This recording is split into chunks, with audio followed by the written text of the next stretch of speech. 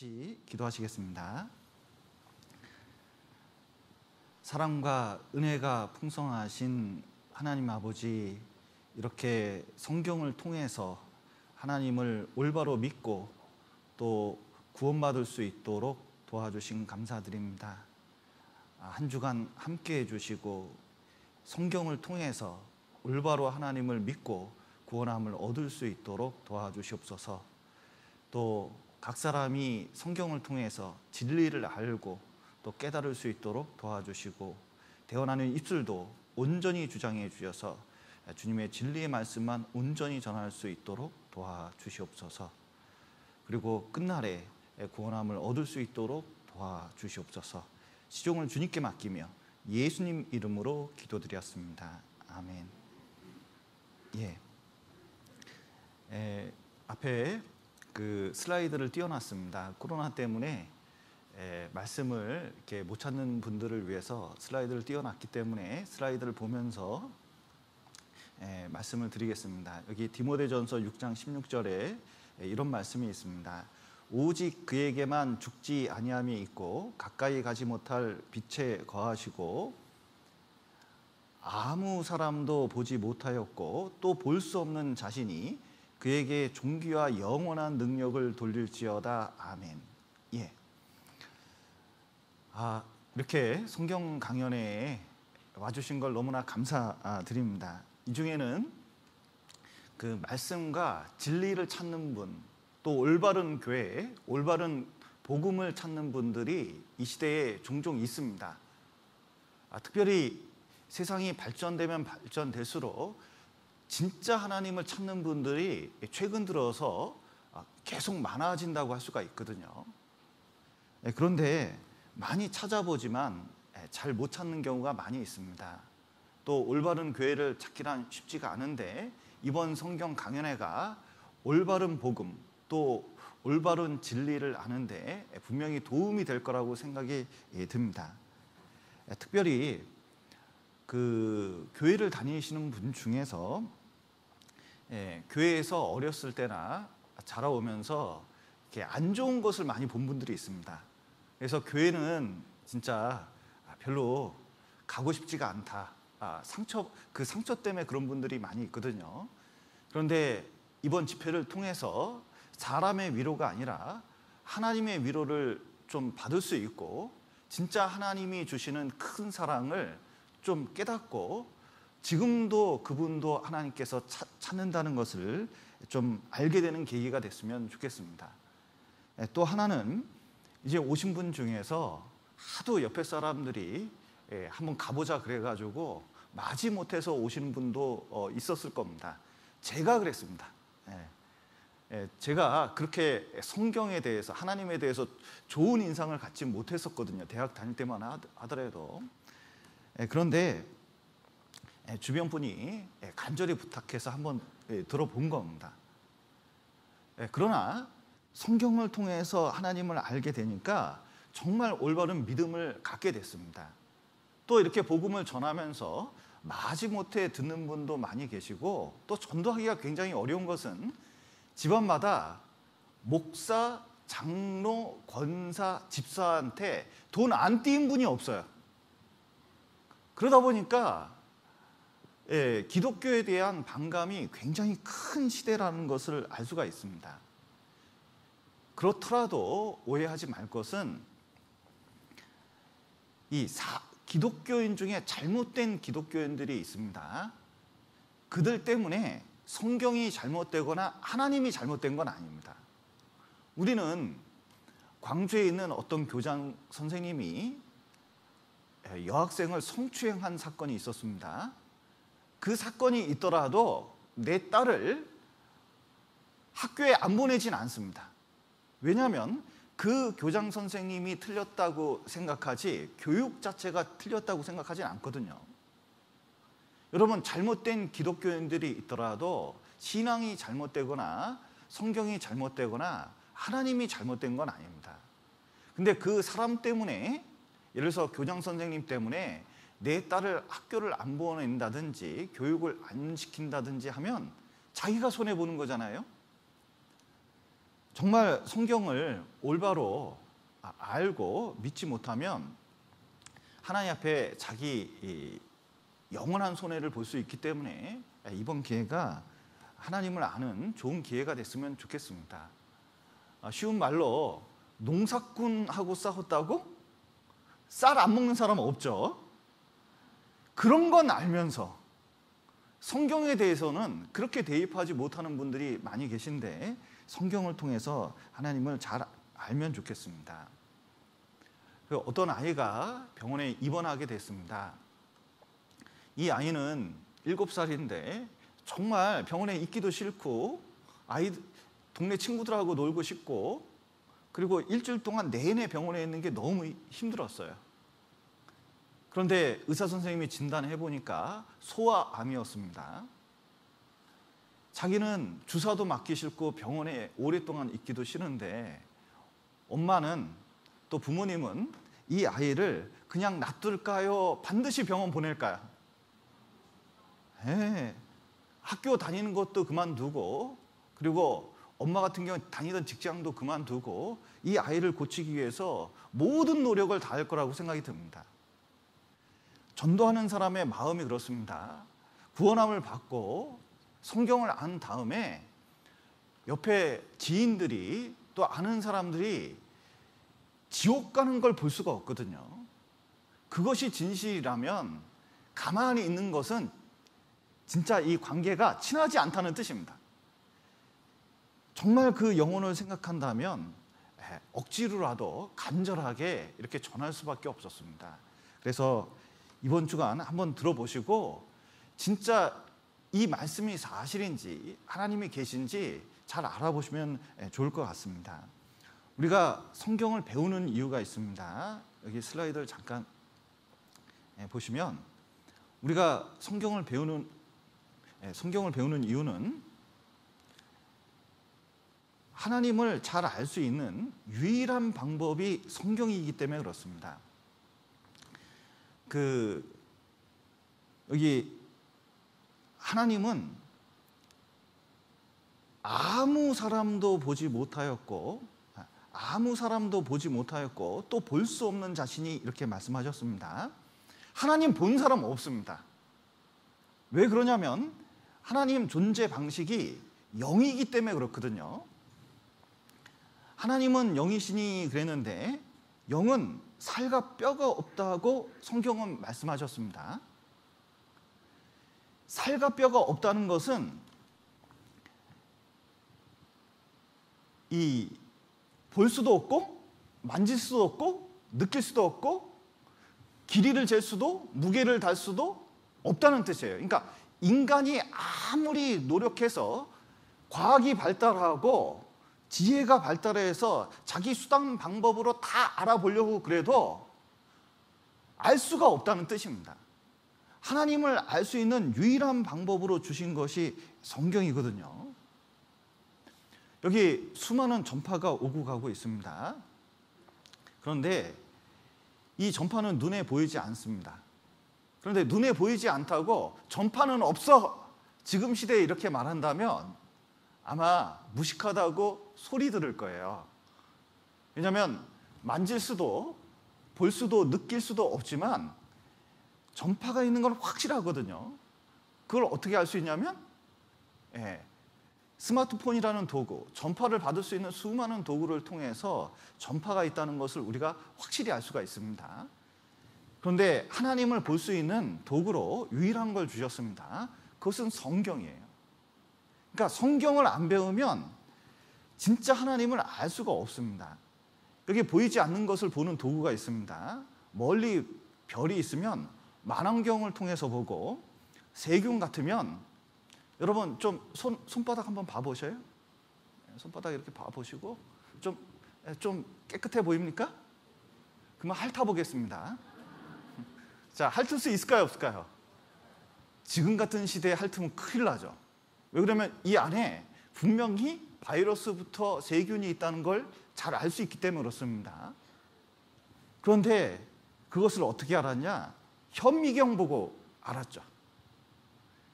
눈에 보이지 않는 하나님이 계십니다. 그 눈에 보이지 않는 하나님을 아는 유일한 방법은 무엇이냐? 성경이에요. 그렇기 때문에 성경을 배우지 않고 하나님 있네 없네를 할 수가 없어요.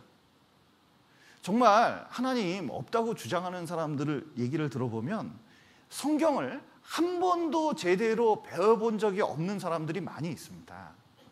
그러나 진지하게 성경을 가까이 해서 알아보면 하나님이 계시다는 게 너무 확실하다는 것을 깨달을 수 있어요. 또 우리가 성경을 배우는 이유가 있습니다. 이 시대에 가장 중요한 것은 올바른 믿음을 갖기 위해서 그렇습니다. 여러분, 요즘 교회 다니는 사람 엄청 많습니다. 그런데 성경과 차이 나는 믿음을 가진 사람들이 또 얼마나 많은지 몰라요. 그리고 우리나라에 수많은 사람들이 교회를 다니지만 이단성이 있는 교회가 얼마나 많은지 몰라요. 장로교 중에 최소한 4분의 1은 이단성이 있다고 알려져 있습니다. 올바로 알지 못하면, 기본적인 거라도 알면 내 자식 중에, 내 가족 중에 이단에 빠지는 것을 막을 수가 있어요. 특별히 정읍에도 깜짝 놀랐습니다. 신천지가 1000명이나 된대요. 이렇게 좁은 도시에 1000명이면 얼마나 많은 인구입니까? 그런데 잘못된 믿음 때문에 비극적인 사건도 정읍 안에서 일어난 적이 있었습니다. 그런데 내가 올바른 믿음을 가지고 있다면 그것이 얼마나 잘못됐는지 그것을 가르쳐 줄 수 있거든요. 여기 한번 보십시오. 여기 장로교회가 있습니다. 여기 보면 은혜롭교회, 장로교회라고 돼 있죠. 그런데 이 은혜롭교회가 문제를 일으킨 적이 있습니다. 영생의 땅을 만든다고 하면서 집단 농장을 피지에 운영을 했어요. 그리고 400여 명을 이주시켰거든요. 대단하죠? 400명 이주시키면 우리 정읍교회 식구를 그냥 몽땅 다 거기다 애들까지 갖다 놓은 겁니다. 그런데 이주시킨 다음에 가혹행위를 하기 시작했는데 부모와 자녀가 서로 폭행할 것을 지시했다는 거예요. 진짜 놀라운 일입니다. 폭행하면서 어떤 얘기를 하냐면 타작마닥을 하게 되면 자식이 아버지를 100대에서 200대 쉴 새 없이 타작을 하는데 직접 본 것은 거의 600대 내지 700대를 아버지를 때렸다는 거예요. 완전히 반인륜적, 반도덕적인 이 가치관이거든요.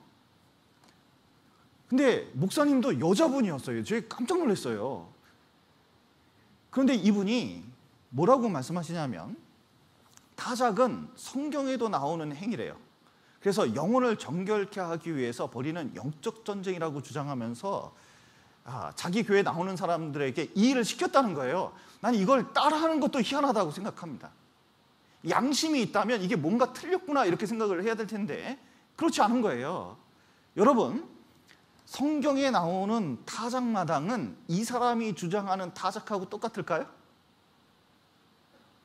여러분, 이 사람이 생각하는 타작은 세상 사람들이 매 때릴 때 하는 타작이란 뜻이고 성경에서 나오는 타작은 그냥 쭉정이와 집을 섞인 것이 있는데 이것을 탈곡한다는 의미지 사람을 때린다는 의미가 아니에요. 근데 성경을 모르니까 이런 일에 말려드는 겁니다. 결국은 사기와 노동착취, 외화반출 등 11개 혐의로 긴급 체포됐거든요. 그런데 성경을 올바로 알면 정말 이런 손해를 보지 않게 되어 있습니다. 특별히 성경을 가르쳐 줄 때 사람들이 오해하는 게 있습니다. 최근 들어 이런 질문을 많이 받아서 잠깐 다뤄보면 성경이 성경에만 있으니까 성경 말씀을 자꾸 찾으니까 이것은 객관적 진리가 아니라 그냥 성경에 있는 이야기 아니냐 이렇게 주장하는 분이 있어요. 성경을 얼마나 모르면 그런 말을 할까요? 여러분, 만유인력의 법칙은 물리학 책에만 있을까요? 이게 무슨 뜻인지 모르시겠어요? 예. 자, 보십시오. 여러분, 만유인력의 법칙은 물리학 체계만 있을까요? 그렇지 않습니다. 만유인력은 지금도 작용해가지고 지금 우리가 앉아 있는 것이고, 그리고 물리학 책은 어떤 책이냐면, 만유인력이 무엇인지 알려면 영어 책을 봐야 될까요? 물리학 책을 봐야 될까요? 이런 건 아시면서 자, 보세요. 진리는 성경책에만 있냐? 그런 게 아닙니다. 사람들이 인생살이 하면서 깨달을 수 있는 진리가 많이 있습니다. 그리고 우리는 확실히 알고 있는 것 중에 하나가 객관적인 진리는 확실히 있는 거예요. 이렇게 생각하고 저렇게 생각해보고 있는 게 아니라 객관적인 진리는 확실히 있는 겁니다. 지구는 돕니까? 안 돕니까? 느껴지지가 않는데 어떻게 알아요? 도는 게 사실이니까 믿는 거예요. 객관적 사실이라는 게 있는 겁니다. 거짓말은 거짓말일 뿐이고 진실은 진실일 뿐이에요. 그게 달라지는 게 아닙니다. 하나만 더 해볼까요? 하도 요즘 사람들이 이런 걸 잘 몰라요. 지금 제 나이가 50이 넘었습니다. 진리일까요? 가짜일까요? 진리일까요? 가짜일까요? 어떻게 하셨어요? 그건 변하지 않아요. 난 아니고 싶어도 내 나이 30세라고 주장해도 이게 변하는 게 아닙니다. 객관적 진리는 있는 거예요. 그런데 성경은 이 객관적 진리를 구체적으로 알게 합니다. 뭐가 진리냐 알아볼 때는 뭐 봐야 되는지 아세요? 저도 철학책도 많이 읽어보고 그리고 과학책도 많이 읽어보고 온갖 책은 좋아해서 다 읽어봤습니다. 진리에 대해서 이렇게 구체적으로 명확하게 알게 해주는 책이 없어요. 왜냐하면 성경 자체가 진리이기 때문에 그렇습니다. 진짜 영적 사실을 알려면 어떻게 되느냐? 성경을 배워봐야 됩니다. 여기 5만 원짜리가 있습니다. 여기 5만 원짜리가 있는데 어떤 게 진짜일까요? 1번일까요? 2번일까요? 어떻게 하셨어요? 여기 비치는 게 있죠. 여기 진짜입니다. 이건 가짜예요. 복사한 겁니다. 여러분, 가짜가 많다. 여러분, 1,000원짜리가 가짜가 많을까요? 5만 원짜리가 가짜가 많을까요? 왜 5만 원짜리가 더 많을까요? 이게 진짜 중요하니까 그런 거거든요. 가방도 시장 바구니가 가짜가 많을까요? 구찌 가방이 가짜가 많을까요? 이런 건 아시면서 여러분, 기독교 내에 타락한 기독교가 있고 수많은 이단들이 있습니다. 그만큼 확실한 진리가 있기 때문에 그렇습니다. 그래서 성경을 이 참 진리를 올바른 믿음을 살펴볼 필요가 있는데 어떤 게 진짜 객관적 진리고 성경 말씀이 이게 옳은지 아닌지 어떻게 아느냐? 하나님은 이렇게 말씀하십니다. 마땅히 그 율법과 증거의 말씀을 좇을지니 뭘 좇으라고요? 말씀을 쫓아라. 제발 성경 좀 봐라. 엉뚱한 거 보지 말고 성경 좀 봐라. 그들의 말하는 바가 이 말씀에 맞지 아니하면 그들이 정령이 아침빛을 보지 못하고 그랬거든요. 말씀에 맞지 않으면 하나님 말씀이 아닙니다. 잘못된 신앙이에요. 제가 이런 거 봤거든요. 어떤 분이 얘기했는데 자기 하나님 분명히 믿는데요. 아니 그게 어떻게 믿게 됐냐고 물어봤습니다. 그랬더니 자기가 웬만하면 하나님 한번 믿어보려고 그랬는데 하나님 한 번만 보여주시옵소서 이렇게 얘기를 했답니다. 근데 안 보여주는 거예요. 그랬더니 누가 얘기해 주더라고요. 산에 올라가서 산기도하면 된다고, 소나무 뿌리가 빠질 정도로 기도하면 된다고 해가지고 산에 올라가서 밤새도록 소나무 좀 작은 소나무 붙잡고 그렇게 그냥 힘을 들여서 뽑을 정도로 힘을 주면서 기도를 했는데 소나무가 안 뽑히더래요. 그리고 새벽에 너무 힘들고 지쳐가지고 다 이렇게 약간 잠이 들었는데 갑자기 앞에서 뻥 하고 삭가 쓰고 도포 입은 노인 같은 분이 탁 나타나더니 내가 하나님이다 그랬대요. 그래서 자기는 하나님 확실히 믿는다는 거예요. 제가 별 사람 다 봤습니다. 어떤 사람은 교회당에 들어와서 기도를 했더니 여기서 빛이 확 움직이더래요. 그 빛이 하나님이래요. 어떤 분은 새벽 기도 갔는데 간절히 기도하고 옆을 딱 봤더니 창문에 양이 한 마리 있는데 그게 하나님이래요. 여러분, 이게 하나님일까요? 하나님이 아닐까요? 하나님이 아닌 걸 어떻게 알아요? 그분은 확실히 믿고 있고 진짜 인생을 결정할 정도로 중요한 문제인데 그게 하나님이 아니라는 걸 어떻게 할까요? 방금 전에 말씀 배우셨잖아요. 말씀이 뭐라고 되어 있습니까? 하나님은 눈으로 볼 수 있는 분이 아닙니다. 그리고 본 사람이 한 사람도 없다고 성경은 말씀하고 계시거든요. 그런데 자기가 봤대요. 그럼 말씀에 맞아요? 안 맞아요? 말씀에 안 맞습니다. 그러면 그 신앙은 잘못된 거예요. 잘못된 신앙 따라가다가는 정령이 아침빛을 보지 못하고 그렇게 됐는데, 여러분, 심판받고 지옥 가는 신앙이 될 수 있다고 말씀하셔요. 또 예를 하나 들어보면 어떤 사람이 월요일 날 꿈을 꿨습니다. 돼지 새끼 10마리, 통통한 돼지 새끼 10마리가 가슴팍으로 툭 들어오는 거예요. 얼마나 기분이 좋은지, 이게 복달아날까 봐 말도 안 했습니다. 꿈 내용도 얘기 안 했어요. 그리고 조용히 가게에 가서 5,000원짜리 로또 복권 10장을 쫙 샀습니다. 근데 이게 아무리 생각해도 당첨될 게 틀림없어요. 10억은 당첨될 거다 이렇게 생각을 해서 이게 구겨질까 봐 책 안에 아주 고이 간직을 했습니다. 수요일쯤 되니까 고민이 생겼어요. 10억 당첨되면 아내에게 알릴까 말까 고민을 했습니다. 그리고 목요일 날 결정을 했어요. 알리지 말자. 그리고 나서는 금요일 됐는데 너무 흥분되는 거예요. 이거 가지고 뭐 할까 막 이렇게 고민을 했습니다. 토요일 날 드디어 로또 복권 발표가 나는데 쭉 발표가 됐습니다. 놀라운 것은 5,000원짜리 10장 5만 원치 샀는데 아무리 맞춰봐도 5,000원짜리도 당첨이 안 됐어요. 몇 번이나 확인했는데 그렇습니다. 그러면 이 로또 복권을 고이고이 간직합니까? 쓰레기통에 집어넣습니까? 버려버리죠. 왜냐하면 안 맞으면 소용이 없어요. 여러분, 우리가 가진 신앙도 성경하고 안 맞으면 이것은 소용없을 뿐만 아니라 하나님 앞에 심판받을 거라고 말씀하십니다. 여러분, 성경에 많은 사람이 교회 다니면 다 같은 믿음이고, 그리고 믿음은 다 같은 거라고 이렇게 오해하는 경우가 있는데, 성경에 죽은 믿음, 헛된 믿음, 바선된 믿음 등등해서 하나님께서 인정하시지 않는 믿음들이 있습니다.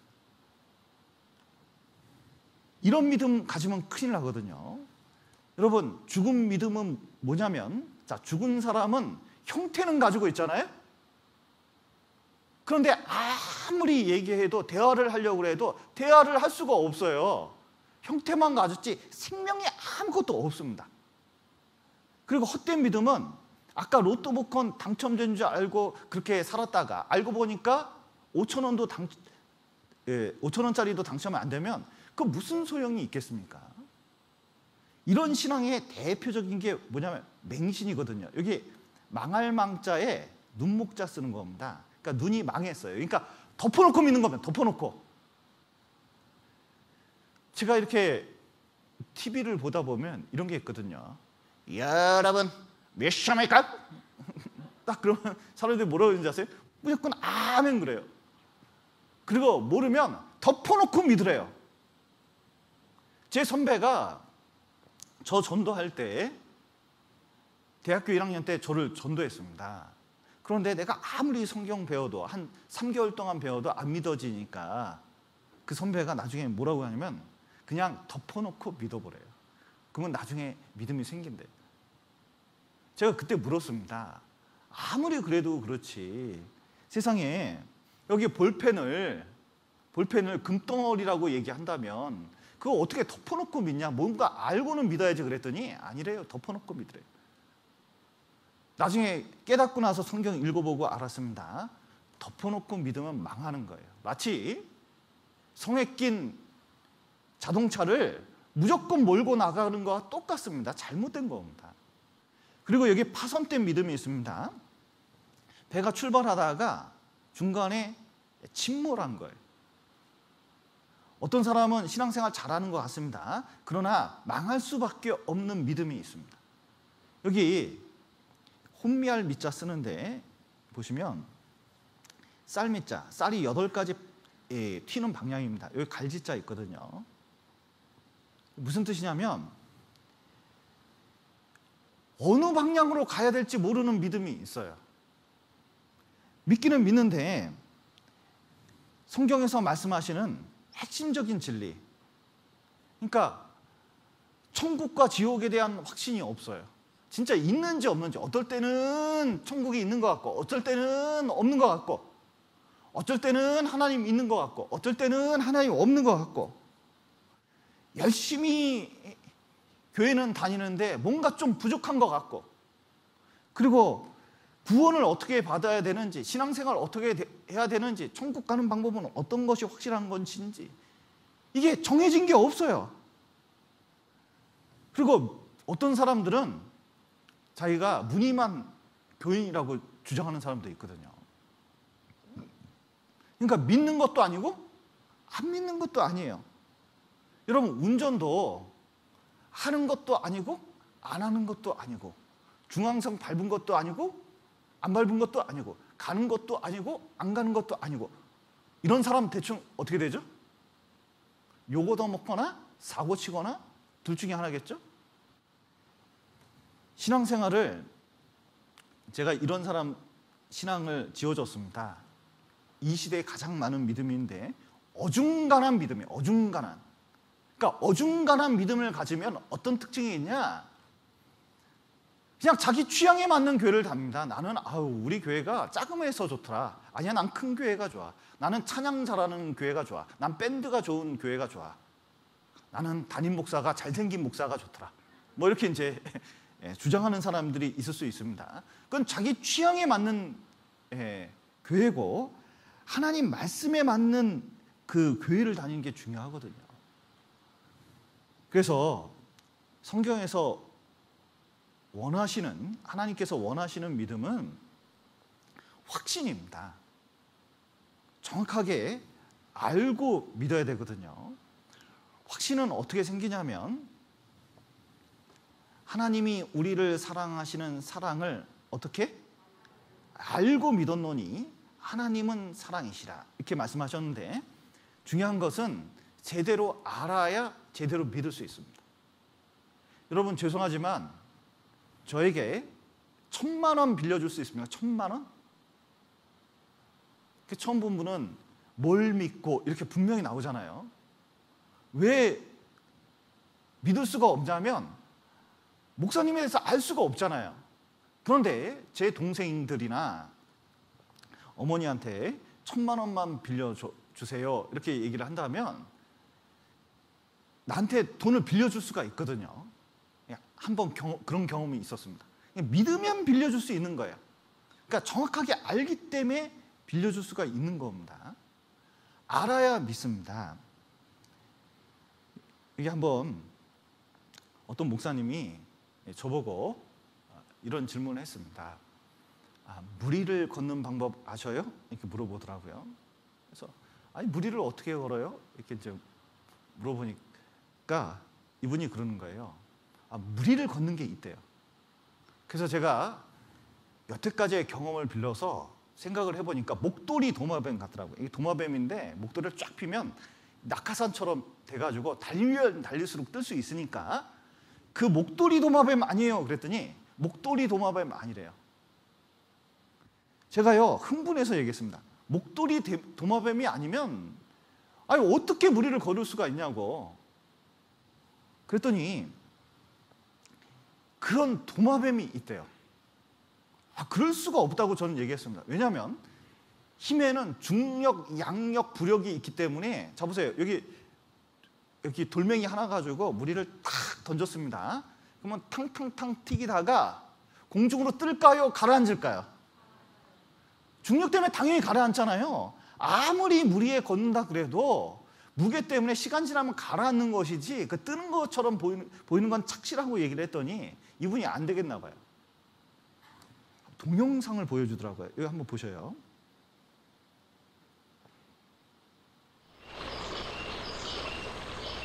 코스타리카의 열대림에서 어린 바실리스크 도마뱀이 위기를 맞았습니다. 제가요 이거 보고 얼마나 좋아했는지 몰라요. 자 보셔요. 여기에 뭐가 없어요? 목도리 없습니다. 근데 진짜 중요한 건 요겁니다. 여기 다리 뾰족하게 생겼는데 뾰족하다는 뜻은 잘 빠진다는 뜻이거든요. 그런데 한번 보셔요. 이렇게 됐습니다.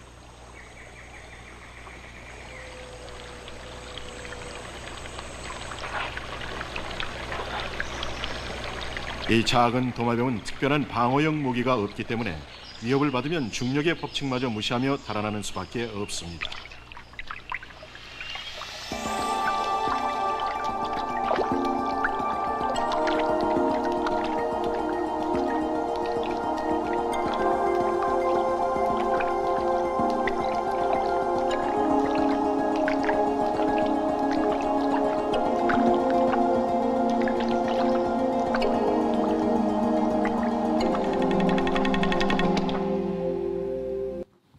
자, 여러분 무리를 걷는 도마뱀이 있다는 게 좀 믿어지시나요?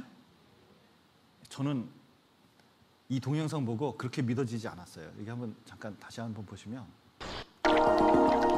자 보셔요. 여기 보이시나요? 여기 무릎까지 빠진 거? 여기 자세히 보시면 분명히 무릎까지 빠지거든요. 그러니까 땅 짚고 헤엄치기가 아니냐 이렇게 생각을 했어요. 그런데 이건 설명이 안 돼요. 여기 보면 여기서부터만 가슴부터 차야 되는데 그건 아니거든요. 여기 무릎 나오고 그래야 되는데 그건 아니에요. 전 또 궁금하면 참을 수가 없거든요. 그래서 연구를 했습니다. 여기 무리를 걷는 도마뱀의 비밀 그래가지고 이 부분을 한번 읽어보면 도마뱀이 어떻게 물에 빠지지 않고 걸어갈 수 있을까? 여기 이 도마뱀의 이름이 예수 도마뱀인데 이걸 연구했습니다. 그래서 요 밑에를 보면 하버드 대학, 그러니까 그래 좀 믿을만 하죠. 그리고 여기 교수님과 학생이 하나가 이걸 연구했는데 이 도마뱀이 뒷발로 자신의 몸무게 3배에 해당하는 힘으로 수면을 탁 내리치면 공기방울을 형성하는데 이 공기방울이 희한하게도 발을 부축해줘 가지고 무리를 걸을 수 있다는 거예요. 이거를 실험을 했습니다. 그래서 여기 보시면 물방울이 탁 튈 때 순간적으로 이렇게 만들어지는데 이 발이 희한해서 이걸 밟고 앞으로 나가는 능력이 있다는 거예요. 발 구조에 대해서 잘 설명을 해주더라고요. 그래서 이걸로 만족할 수가 없어서 논문을 찾아봤습니다. 그리고 발바닥 크기에 따라서 몸무게에 따라서 어떤 구조 때문에 어떻게 걸을 수 있는지 그걸 연구한 것을 자세히 읽어보니까 한 번도 보지 못했지만 이 바실리스크 도마뱀에 대해서 내가 확실히 알았어요. 그 다음엔 뭘 믿게 됐냐면 이 도마뱀은 무리를 거둘 수 있다.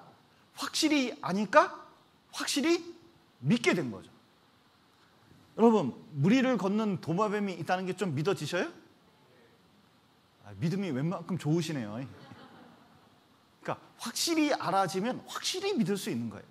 성경도 마찬가지입니다. 우리가 아직 하나님에 대해서 잘 몰라요.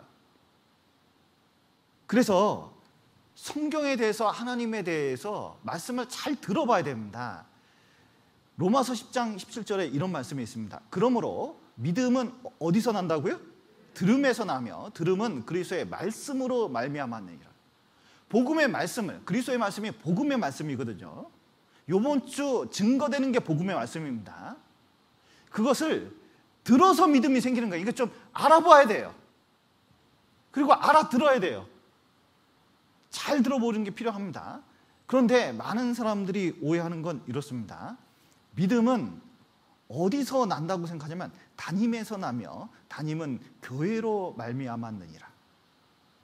맞을까요? 틀릴까요? 틀립니다. 교회 다니면 믿음 생기냐? 교회 오랫동안 다녀도 복음에 대해서 제대로 들어보지 않고 배우지 않으면 믿음이 생길 수가 없습니다. 어떤 분은 열심에서 나는지 방언에서 난다, 기적에서 난다 생각하는 분이 있거든요. 그런 게 아니에요. 복음의 말씀을 제대로 한번 들어보는 게 꼭 필요합니다. 여러분, 덮어놓고 믿는 것도 문제인데 덮어놓고 안 믿는 것도 문제입니다. 자, 이분은 그 세인트 헬레나 산이라고 굉장히 20세기에 가장 큰 화산 폭발이 있었던 산입니다. 그래서 전문가들이 여러 가지 징조들이 있으니까 이 산기슭에 있는 모든 사람들에게 대피하라고 수많은 증거를 보여줬습니다. 그래서 제발 여기서 떠나가라고 수많은 징조와 예측을 해서 제발 떠나라고 했거든요. 근데 끝내는 이 할아버지가 그러는 거예요. 우리 할아버지 때부터 아버지까지 나까지 150년 동안 여기 살았지만 산이 흔들린다든지 땅이 흔들린다는 얘기 들어본 적도 없다고. 그런데 젊은 놈들이 와가지고 종이쪽지 몇 개 주면서 여기 떠나라고 하면 내가 떠날 줄 알아. 할머니 울면서 가자고 그랬는데 결국 혼자 남았습니다. 그래서 결국은 화산 폭발이 있을 때 이 할아버지 불 속에서 죽었어요. 비참한 일을 당했습니다. 그냥 덮어놓고 무조건 살펴보지도 않고 안 믿었기 때문에 그렇습니다. 신앙생활 하면서 알아보는 게 얼마나 중요한지 여기 1600년대에 살았던 파스칼이 보여줍니다. 이 파스칼은 얼마나 대단하냐면 12세 때 삼각형 내각의 합이 180도라는 걸 알아냈습니다. 삼각형의 안의 각을 다 더하면 180도거든요. 근데 이걸 언제 알아냈냐면 12세 때 알아냈는데 우리는 지금 몇 세 때 배우는지 아세요? 중학교 1학년 때. 그러니까 천재죠. 그리고 13세 때, 14세 때, 16세 때, 21세 때까지 굉장히 많은 수학적 업적이 있었던 사람이 파스칼입니다. 그런데 이 사람이 어떤 일을 당했냐면 결혼을 하고 너무 즐거워서 술 많이 먹고 길을 이제 쭉 가다가 기독교인하고 어깨를 부딪혔어요. 그러다가 하나님 얘기가 나왔습니다. 그랬더니 파스칼이 얘기했습니다. 하나님이 있긴 어디가 있어? 그랬더니 기독교인이 얘기했어요. 하나님 있으면 어떡하려고 그래? 그랬더니 파스칼이 보통 같으면 있긴 뭐가 있어 하면서 싸울 텐데 파스칼이 생각을 했습니다. 이렇게 집에 가서 수학 문제를 풀었는데 논문이 지금도 남아 있습니다. 하나님이 있다, 없다, 상대적인 기대값 해가지고 요 계산을 했어요. 계산을 했습니다. 계산을 해보니까 계산은 구체적으로 하지 않겠어요. 여러분 정신 건강을 위해서 하면은 피곤할 것 같아서. 그랬더니 중요한 건 이거예요. 이것의 결론이 무엇이냐면 결론이 하나님 아는 게 하나님 믿는 것이 안 믿는 것보다 훨씬 낫다는 걸 깨달았어요. 여러분 생각을 해보시죠. 교회를 다니는 게 안 다니는 것보다 나을까요? 훨씬 낫습니다. 왜냐하면 대인관계가 넓어져요. 여러분 이 시대에 아는 사람이 많다는 건 이건 힘입니다. 진짜 힘이에요. 그리고 어려울 때 서로 도와줄 수가 있습니다. 그리고 하나님 말씀 배우면서 진짜 힘을 얻어서 살아가는 사람이 많아요. 제가 목회를 하면서 깨달은 것 중에 하나가 내가 국가를 위해서 무슨 일을 하나 이렇게 생각을 해보니까 여러분 신앙생활을 하면서 진짜 잘못된 길을 걷다가 올바로 신앙생활 술, 담배 끊고 진짜 하나님 앞에 올바로 사는 사람이 부지기수고 이혼하려던 가정이 진짜 신앙 때문에 가정을 지켜서 온전히 사는 사람이 얼마나 많은지 몰라요. 이렇게 험난한 시대에 그 가정을 지키고 마음을 지킨다는 것은 굉장히 중요한 일이거든요. 여러분, 안 다니는 것보다 다니는 게 훨씬 나은 게 실질적으로 여러 가지 계산을 해보고 생각해보면 그렇습니다. 그래서 파스칼은 이 결론을 낸 다음에 성경을 알아보기로 하고 연구하기 시작했습니다. 그리고 성경을 통해서 그리스도를 발견하고 가는 곳마다 전도하면서 그 제자들이 그 말을 받아 적인 게 팡세라는 책이에요. 여러분, 팡세라는 책을 읽어보셨나요? 네. 요즘은요, 재밌는 책 읽지 그렇게 좀 차원이 높은 책은 잘 안 읽으려고 그러더라고요.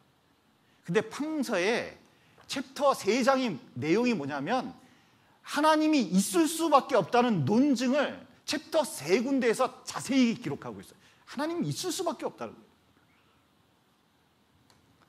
여러분 성경 배우면서 이런 태도가 필요합니다. 베레아에 있는 사람들은 데살로니가에 있는 사람보다 더 신사적이어서, 신사적이라는 것은 공평한 마음이 있다는 겁니다. 어떤 뭘 하나 배우려면 자세히 들어보고 판단하는 게 좋잖아요. A가 말하고 B가 말한 것을 동시에 잘 들어볼 필요가 있습니다. 이 세상 살면서요, 하나님 안 믿는 사람들 얘기 얼마나 많이 들어봤습니까? 그런데 하나님에 대해서, 성경에 대해서는 거의 들어본 적이 없거든요. 한번 자세히 들어볼 필요가 있어요. 간절한 마음으로 말씀을 받고 성경 배울 때 이런 게 필요합니다. 이것이 그러한가 하여 날마다 성경을 상고함으로 믿는 사람이 많아졌거든요. 진짜 성경이 그러한가? 성경은 이성을 뛰어넘는 책이지만 굉장히 이성적인 책입니다. 사람들은 무슨 신화처럼 생각하는데 성경은 그런 책이 아니에요. 성경은 진짜 하나님에 대한 진리를 자세히 다루고 있거든요. 진짜 그러한지 여러분 이성을 가지고 판단해 보면서 들어보십시오. 그러면 올바로 하나님을 만날 수가 있습니다. 그러기 위해서 성경을 배우는데, 성경 배울 때 중요한 게 이겁니다. 이제 2시간 반씩, 가능하면 2시간에 마치려고 합니다. 이게 6일 동안 자세히 한번 잘 들어보셔요. 이게 드라마처럼 이어지기 때문에 중간에 빠지면 이게 잘 이어지지가 않습니다. 그리고 순간의 선택이 10년을 좌우합니다. 이런 로고도, 그 광고도 있는데 실제로 인생 가운데 바쁜 일 너무 많이 있습니다. 급한 일 되게 많잖아요. 이번 주 드라마도 봐야지, 그리고 오락 프로그램도 봐야지, 만날 사람도 많지, 일도 해야지, 자식 키워야지 등등 등등 많은 일이 있습니다. 그런데 제가 인생을 살아보고 저한테 중요한 일이 많이 있었습니다. 시험 공부해서 학교 합격하는 일, 취업하는 일, 결혼하는 일, 자식 키우는 일 등등 여러 가지 일이 있었거든요. 그런데 지금까지 아무리 생각해도 성경부에서 구원받는 일보다 중요한 일이 없었어요. 어떤 일보다 중요하다는 것을 저는 확신할 수가 있습니다. 그런데 그때 일주일 투자해가지고 들었던 것이 진짜 살면서 얼마나 가치 있는 일인지 몰라요. 여러분, 이번 주 한번 꼭 들어보시면 좋겠습니다. 여기 우리가 성경 강연회로 성경을 배우고 있는데 성경이 무엇인지 좀 살펴보겠습니다. 여기 성경은 먼저 알 것은 경의 모든 예언, 이게 성경입니다. 사사로이 풀 것이 아니니 예언은 언제든지 성경입니다. 사람의 뜻으로 낸 것이 아니요 오직 성령의 감동하심을 입은 사람들이 하나님께 받아 말한 것입니다. 자, 성경은 누구 말씀이냐? 사람들은 자꾸 사람들이 만들어낸 거라고 생각해요. 그런 거 아닙니다. 하나님께서 우리에게 주시는 말씀이거든요. 이걸 분명히 알 필요가 있습니다. 성경은, 모든 성경은 하나님의 감동으로 됐습니다. 하나님 감동을 입은 사람들이 하나님께 받아 말하는 것인데, 무슨 뜻이냐면 완전히 이 사람 생각과 마음 모든 것을 통째해서 하나님이 원하는 내용만 쓰게 했다는 겁니다. 자, 보십시오. 저기에 제가 그림을 그렸습니다. 저 그림은 분필이 썼을까요? 제가 썼을까요? 좀 이게 이해가 안 되면 안 되는데, 자 보세요. 분필이 썼습니까? 제가 썼습니까? 제가 썼거든요. 근데 분필 없으면 쓸 수 있을까요? 분필 없으면 쓸 수가 없어요. 그렇다고 분필이 썼나요? 그게 아닙니다. 분필을 완전히 통제해가지고 제가 원하는 그림을 쓴 거거든요.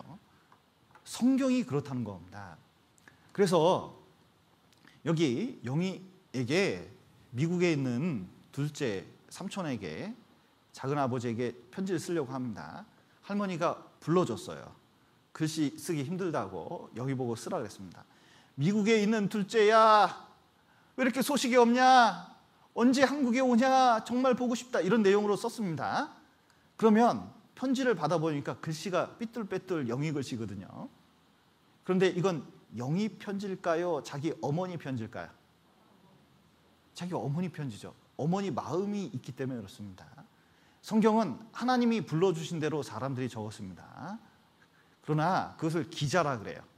대통령이 담화문 발표하면 기자들이 쓰는 것처럼 그것을 하나님이 말씀하시면 그걸 받아 적은 겁니다. 성경을 읽어보면 하나님의 마음과 하나님의 수준이 나타나 있어요. 여러분, 어떤 글이든지 간에 글을 쓰고 읽어보면 그 사람 수준이 나타나 있습니다. 근데 성경을 읽어보면 읽어볼수록 진짜 하나님이 계시다는 게 느껴지는 거예요. 하나님 수준에 맞게 글이 써져 있거든요. 하나님의 뜻과 생각을 완전히 보여주기 때문에 그렇습니다. 성경을 이렇게 기록할 때 여기 베껴 썼거든요. 그래서 많은 성경이 지금도 남아져 있습니다. 근데 베껴 쓸 때 옛날에는 이걸 필사본이라고 하는데 베껴 쓸 때 혹시 빼놓고 사람 마음대로 조작한 게 있지 않을까 생각을 했습니다.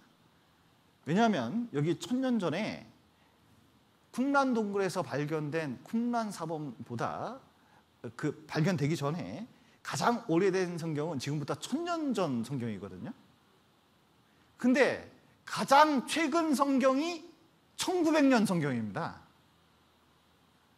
그러니까 1900년 전에 있던 성경이 그 사이에 한 800년, 900년 차이가 나니까 그 사이에 충분히 조작할 수가 있잖아요. 그러니까 조작된 것이 아니냐 사람들은 그렇게 생각을 했었어요. 그런데 2200년 된 성경 사본, 그러니까 2200년 전에 예수님 이전에 있던 구약 성경이 쿰란 동굴에서 발견됩니다. 사람들이 여기 이사야 성경 53장은 예수님의 죽음에 대해서 얼마나 자세히 나왔는지 몰라요.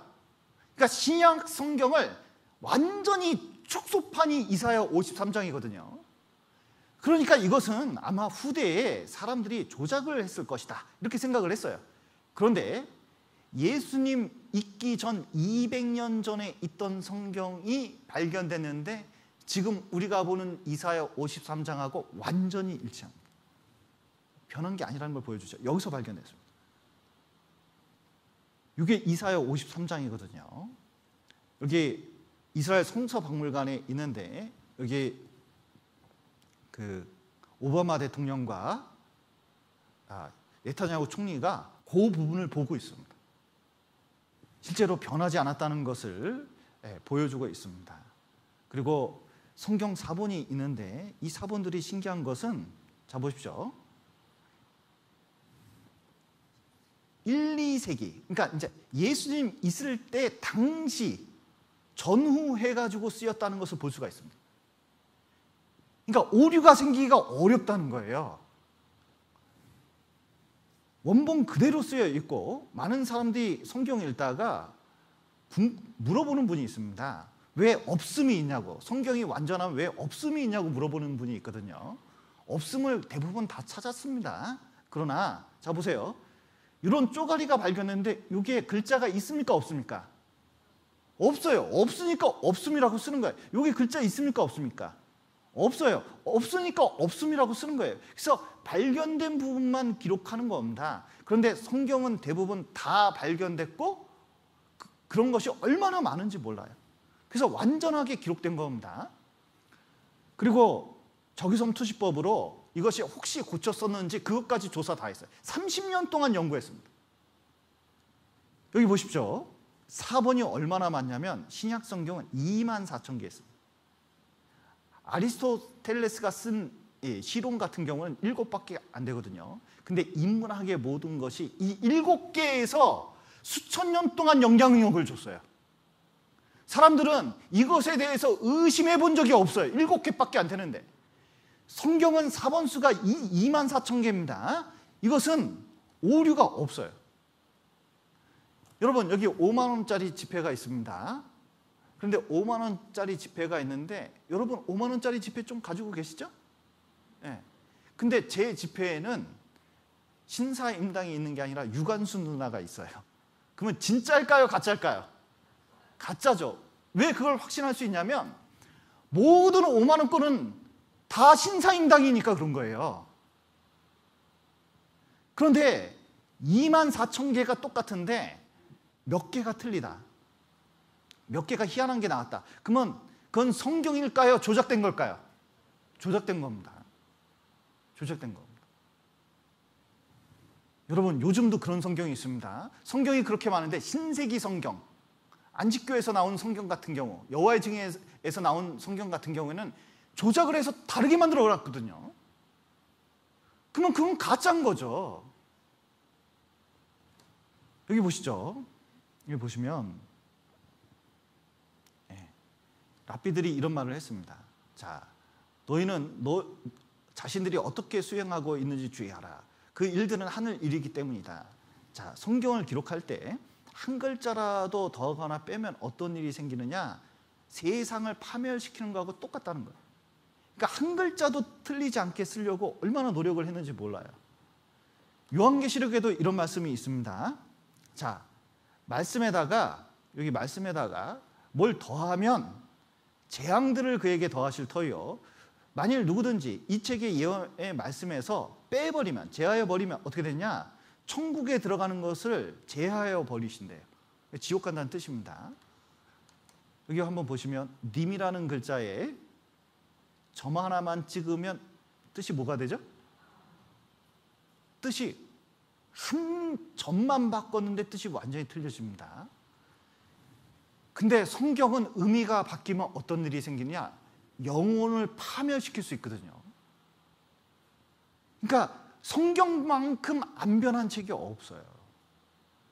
여기 성경을 쓰는 법칙이 있습니다. 베껴 쓰는 법칙이 있는데 어떻게 쓰냐면, 자, 소가죽 사용하지 말고 송아지 가죽 사용해야 됩니다. 가죽이 변하면 글자도 변할 수 있죠. 자, 하나님이란 글자가 나오면 목욕하고 써야 된대요. 또 하나님이란 글자가 나오면 세붓을 사용해야 된대요. 그리고 쓰다가 틀리면 틀린 부분 도려내고 다시 써야 된답니다. 그러니까 굉장히 정성을 들였다는 걸 볼 수가 있습니다. 그런데 창세기 1장만 한번 보시죠. 얼마나 많은 하나님이 있는지 몰라요. 태초에 하나님, 그럼 어떻게 해야 돼요?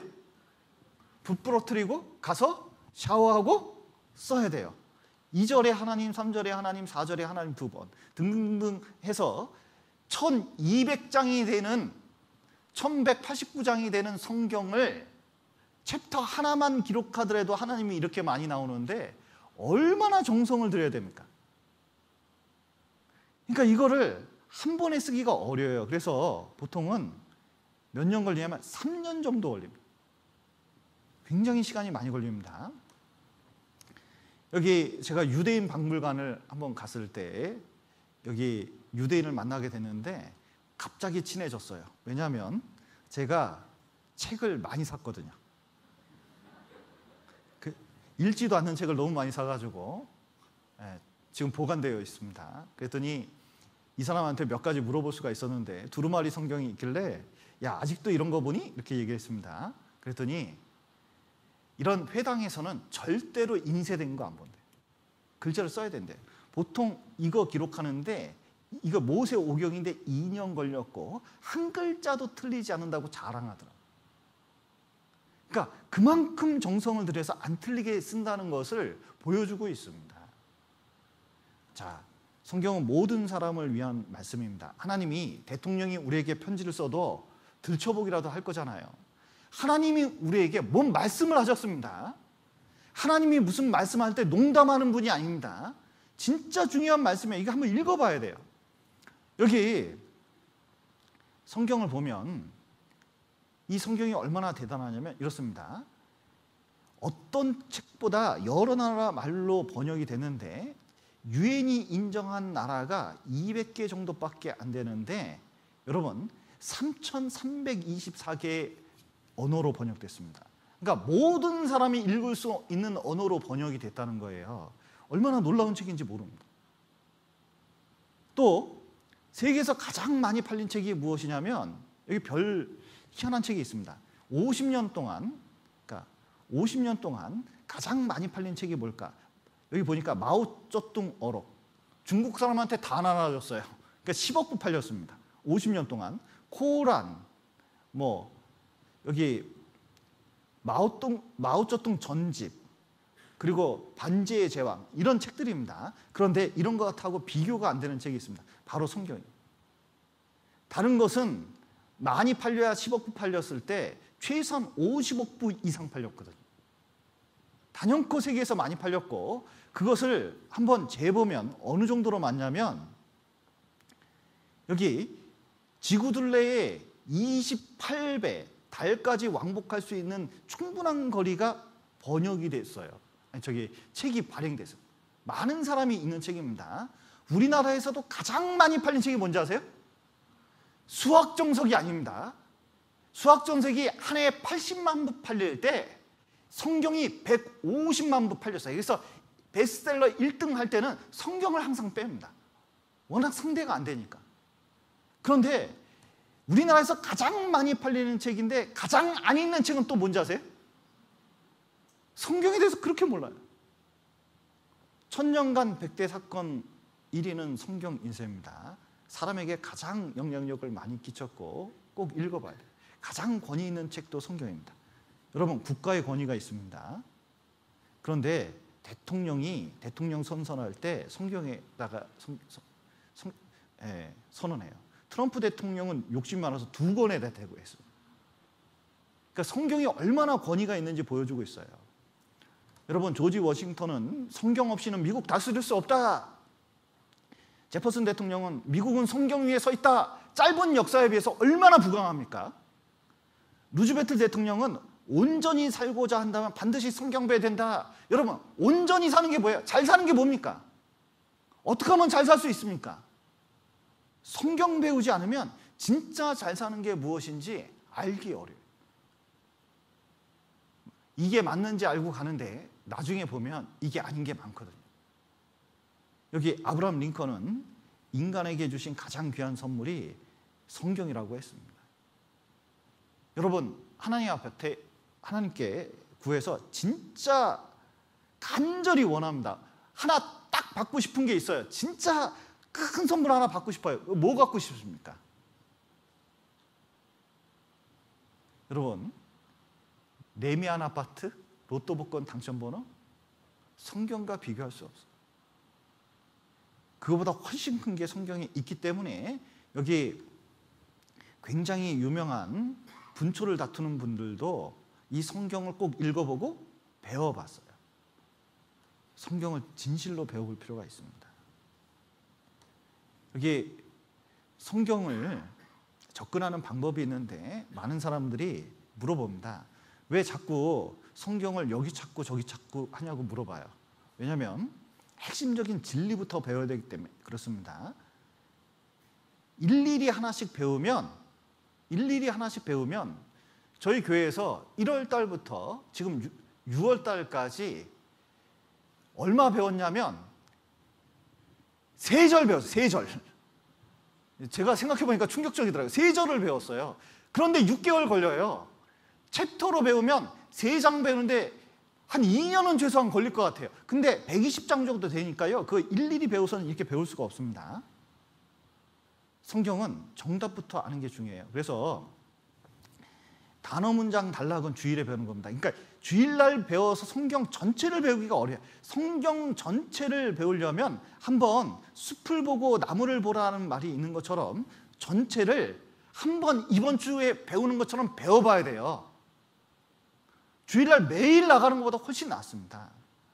그리고 성경의 핵심이 뭐냐면 예수 그리스도에 대해서 배우는 거거든요.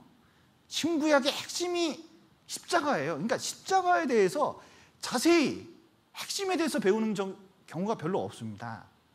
그래서 성경 자체가 하나님 존재를 증명하는데 성경은 참 희한해요. 40명의 기자가 1600년 동안 기록했습니다. 3가지 언어로 3000명의 등장인물이 나오고 1500개의 지명이 나오는데 이런 책이 없어요.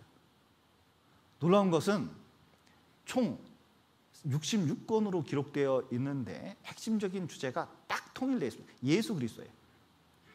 여러분 국어 배우셨습니까? 국어? 초등학교 때? 국어를 초등학교 때 배우기 시작해가지고 고등학교 때까지 12년 배우거든요. 국어의 핵심적인 주제가 뭐예요? 주제. 국어의 주제가 뭡니까? 12년 동안 배웠는데 주제 파악이 안 돼요. 왜냐하면 우리나라에 장소가 틀리고 시대가 틀리고 사람이 틀리니까 핵심적인 주제가 없어요. 성경은 이렇게 많은 지역에서 이렇게 쓰여졌는데 하나님이 불러준 대로 쓰셨기 때문에 핵심적인 주제가 핵심적인 주제가 예수 그리스도입니다. 그래서 이게 이제 성경을 보면 BC 1500년부터 100년까지 이렇게 1600년 동안 기록됐습니다. 그리고 그러니까 우리나라 초창기까지 다 쓰여졌어요. 그러니까 애초부터 전해진 겁니다. 그리고 성경은 이전 일을 고하라. 그러니까 처음에 무슨 일이 있었는지 다 말씀해주고 있고 장차 당할 일, 이 세상 끝날 때까지의 기록이 다 기록되어 있다는 것을 알 수 있습니다. 배우면 알 수 있습니다. 그래서 하나님의 말씀을 이번 주에 한번 잘 배워보셨으면 좋겠습니다. 5분 한번 또 말씀 앞을 보시죠. 코로나 때문에 성경을 찾아야 되는데 원래 성경을 읽어야 되는데 저 궁금하면 표시했다가 집에서 확인하시면 좋을 것 같습니다. 여기 로마서 1장 20절에 이렇게 되어 있습니다. 창세로부터 그의 보이지 아니하는 것들 곧 그의 영원하신 능력과 신성이 그 만드신 만물에 분명히 보여 알게 되나니 그러므로 저희가 핑계치 못할지니라 말씀하셨습니다. 자, 하나님을 어떻게 분명히 보여 알게 될까? 어떻게 확실히 알게 될까? 그 방법이 성경에 이렇게 말씀하십니다. 그의 능력과 신성이 만물에 분명히 보여 알게 된다. 그러니까 만물을 자세히 보라는 거예요. 그 안에 무엇이 있냐면 하나님의 능력과 신성이 담긴 것을 깨닫게 되면 이 능력이 사람 수준이 아니에요. 여기 신성이 있습니다. 신성이 뭐냐면 God head 이렇게 되어 있죠. 하나님의 머리, 하나님의 지혜라는 뜻을 갖고 있습니다. 그러니까 하나님의 능력과 지혜를 잘 살펴보면 이것은 수준이 인간의 수준이 아니에요. 하나님이 있을 수밖에 없다는 걸 알게 됩니다. 자, 여기 보십시오. 이것이 저절로 생겼을까요? 누가 만들었을까요? 봤어요? 이게 이렇게 생긴 건 아닐까요? 1억만 년 전에 내장산의 꼭대기에 바위덩어리 하나가 갑자기 번개 맞아가지고 쾅 치더니 떼구르르 굴렀는데 갑자기 거기서 용암이 500만 년 전부터 분출이 돼가지고 쇳덩어리가 쏘르르 녹더니 그것이 똑 시냇물에 빠졌는데 그것이 굴르고 해가지고 이런 모양이 됐다가 10만 년 전부터 구멍이 뚫리기 시작하더니 최근에 이런 모양이 생긴 걸 제가 내장산 산책 가다가 주운 건 아닐까요? 그럴 리가 없죠. 왜 그러죠?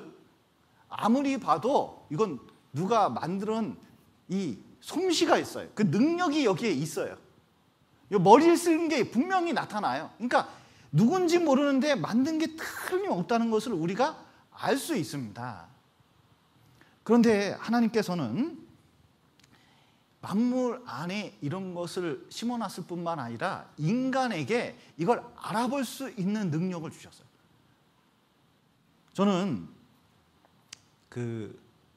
이제 제 아이들한테 실험해 본 적이 있었습니다.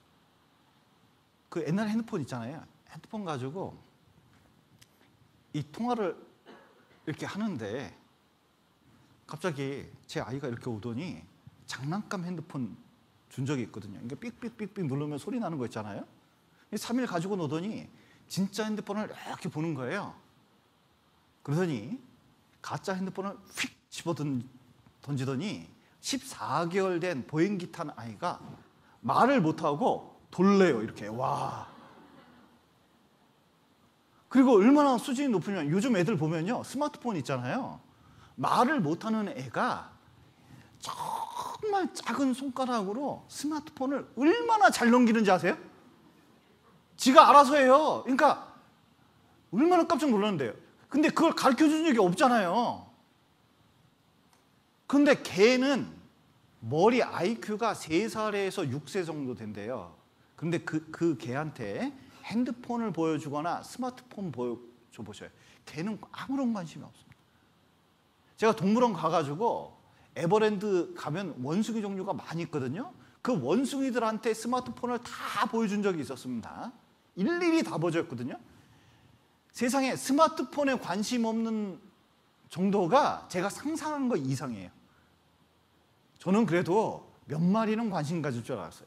그러나 전혀 관심이 없어요. 바나나 껍질에는 관심이 있더라고요. 네. 인간에게는 특별히 보고 이것이 누가 만들었는지 안 만들었는지 척보면 아는 능력을 줬어요. 짐승은 그게 없습니다. 어떤 게 더 잘 만든 거지 그 판단하는 마음을 순식간에 보는 능력을 주셨어요. 왜?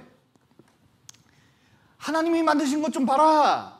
그게 저절로 생긴 게 아니라 인간의 수준과 인간의 능력을 뛰어넘는 그것이 만물에 있지 않냐? 하나님 있는 게 틀림없다. 보라면 보면 되죠. 여기 보십시오. 하나님께서 만드신 우주와 질서가 있습니다. 여기 우주가요 대충 우연히 된 게 아니라 거기 질서가 있습니다. 한번 보셔요. 여기 재판을 하는데 재판할 때 진짜 이 재판관 보면요, 이 존경스러워요. 이 재판관 보면 어떻게 한쪽은 살인이다, 한쪽은 살인이 아니다, 막 이렇게 논쟁을 벌이잖아요.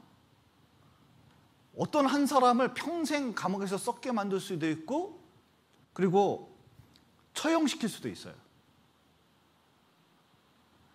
그런데 그것을 판사가요 판단을 하는 거예요. 얼마나 대단한 일입니까? 얼마나 또 위험한 일이고.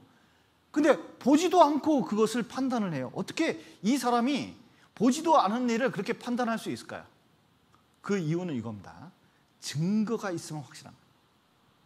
조금만 증거가 있으면 그 증거를 통해서 이것이 그 일이 있었는지 없었는지 확실히 알 수가 있습니다.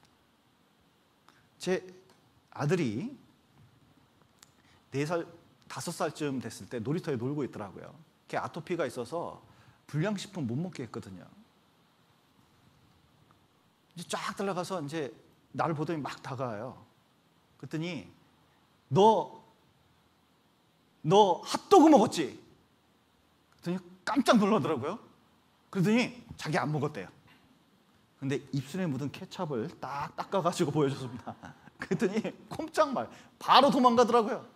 여러분, 증거 조금만 있어도 확실한 거, 본 것처럼 말할 수 있잖아요. 여러분 보십시오. 성경에는 창조의 증거가 있습니다. 하나님이 만드셨다는 증거가 있어요. 그걸 써놓고 만물도 성경대로 만들었습니다. 그러니까 만물이 어떤지를 성경 통해서 보면 아하, 이것이 저절로 생긴 게 아니라 하나님께서 만드신 거고 만물을 통해서 하나님이 계신 걸 확실히 알 수 있게 되어 있습니다. 여기 보십시오. 성경은 가장 오래된 것이 3,500년 됐거든요. 가장 최근 게 2000년 됐습니다. 그런데 현대 과학이 알게 된 놀라운 과학적 현상을 정확하게 기록하고 있습니다. 성경은 놀라운 책이거든요. 그것은 하나님이 쓰셨기 때문에 그렇습니다. 예를 들어보면 그는 하나님입니다. 북편 하늘을 허공에 펴시며 땅을 공간에 다시며, 땅을 공간에 다시며 말씀하셨을 때 여기 아무것도 없는데 달아났다는 거예요. 과거에는 이게 3,500년 전 말씀입니다. 이게 과거에는 이거 상상할 수도 없었어요. 왜냐하면 땅이 워낙 크기 때문에 이것이 우주 공간에, 아무것도 없는 공간에 떠 있다? 땅이? 그럴 수 있을까? 과거에는 이렇게 생각했습니다. 멀리 가면 떨어져 죽는다고 생각했어요. 그리고 평평하다고 생각했습니다. 그리고 자 보셔요. 여러분이 지금 지식이 없고 그냥 보는 것만 가지고 생각을 해보면 하늘이 클까요? 땅이 클까요? 여러분 보시기엔 땅이 커 보입니까? 하늘이 커 보입니까? 지금 아무리 봐도 하늘이 커 보이잖아요. 왜냐하면 이게 사전 지식이 있어서 그렇습니다. 근데 3,500년 전에 있었던 이집트 사람하고 여기 갈대아 사람, 이게 성경에 쓰여진 이스라엘 주변 국가입니다. 거기서는 어떻게 생각했냐면 보니까 태양이 땅에서 나와요. 그리고 땅으로 들어가요. 그렇다는 뜻은 하늘보다 땅이 크다고 생각을 했어요. 그리고 이 땅이 확 커서 이 온 세계는 땅으로만 이루어졌다 이렇게 생각을 했습니다. 멀리 인도 사람은 어떻게 생각했느냐? 거북이 위에 코끼리 3마리, 코끼리 위에 온 땅을 받치고 있다고 생각했어요. 그러니까 튼튼하지 이렇게 생각을 한 겁니다. 일본 사람들은 생선 위에 땅이 있다고 생각했어요. 좀 말도 안 되죠 이거. 근데 옛날 사람들의 생각은 다 뭐냐면 무언가 떠받치고 있다 땅을, 그렇게 생각을 했습니다. 성경만 공간에 떠 있다는 거예요. 사람들은 생각했습니다. 아니 성경에 지구가 공간에 매달려 있다고 쓰여 있는데 이게 도대체 뭔 소리냐? 아무리 봐도 이해가 안 된다. 만유 인력을 모으던 시대, 옛날 사람들은 이렇게 생각을 했습니다. 그런데 아이작 뉴턴경이 나오고 그리고 현재 보니까 실제로 그 성경 말씀이 실제예요. 모르니까 그런 얘기하는 거지, 알고 나면 하나님께서 그렇게 만든 게 확실하다는 걸 알게 됩니다. 이렇게 되는 거예요. 정말 신기하지 않습니다? 정말 공간에 그냥 땅이 있는 거예요.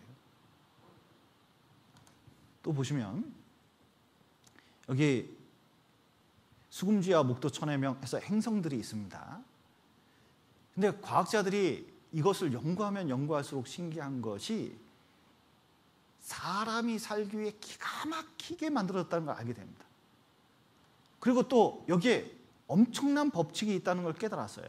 그런데 왜, 어떻게, 어디서, 누구로부터 왔는지 사람들은 잘 몰라요. 자 보십시오. 여기서 핵심이 이겁니다. 누구로부터 왔을까?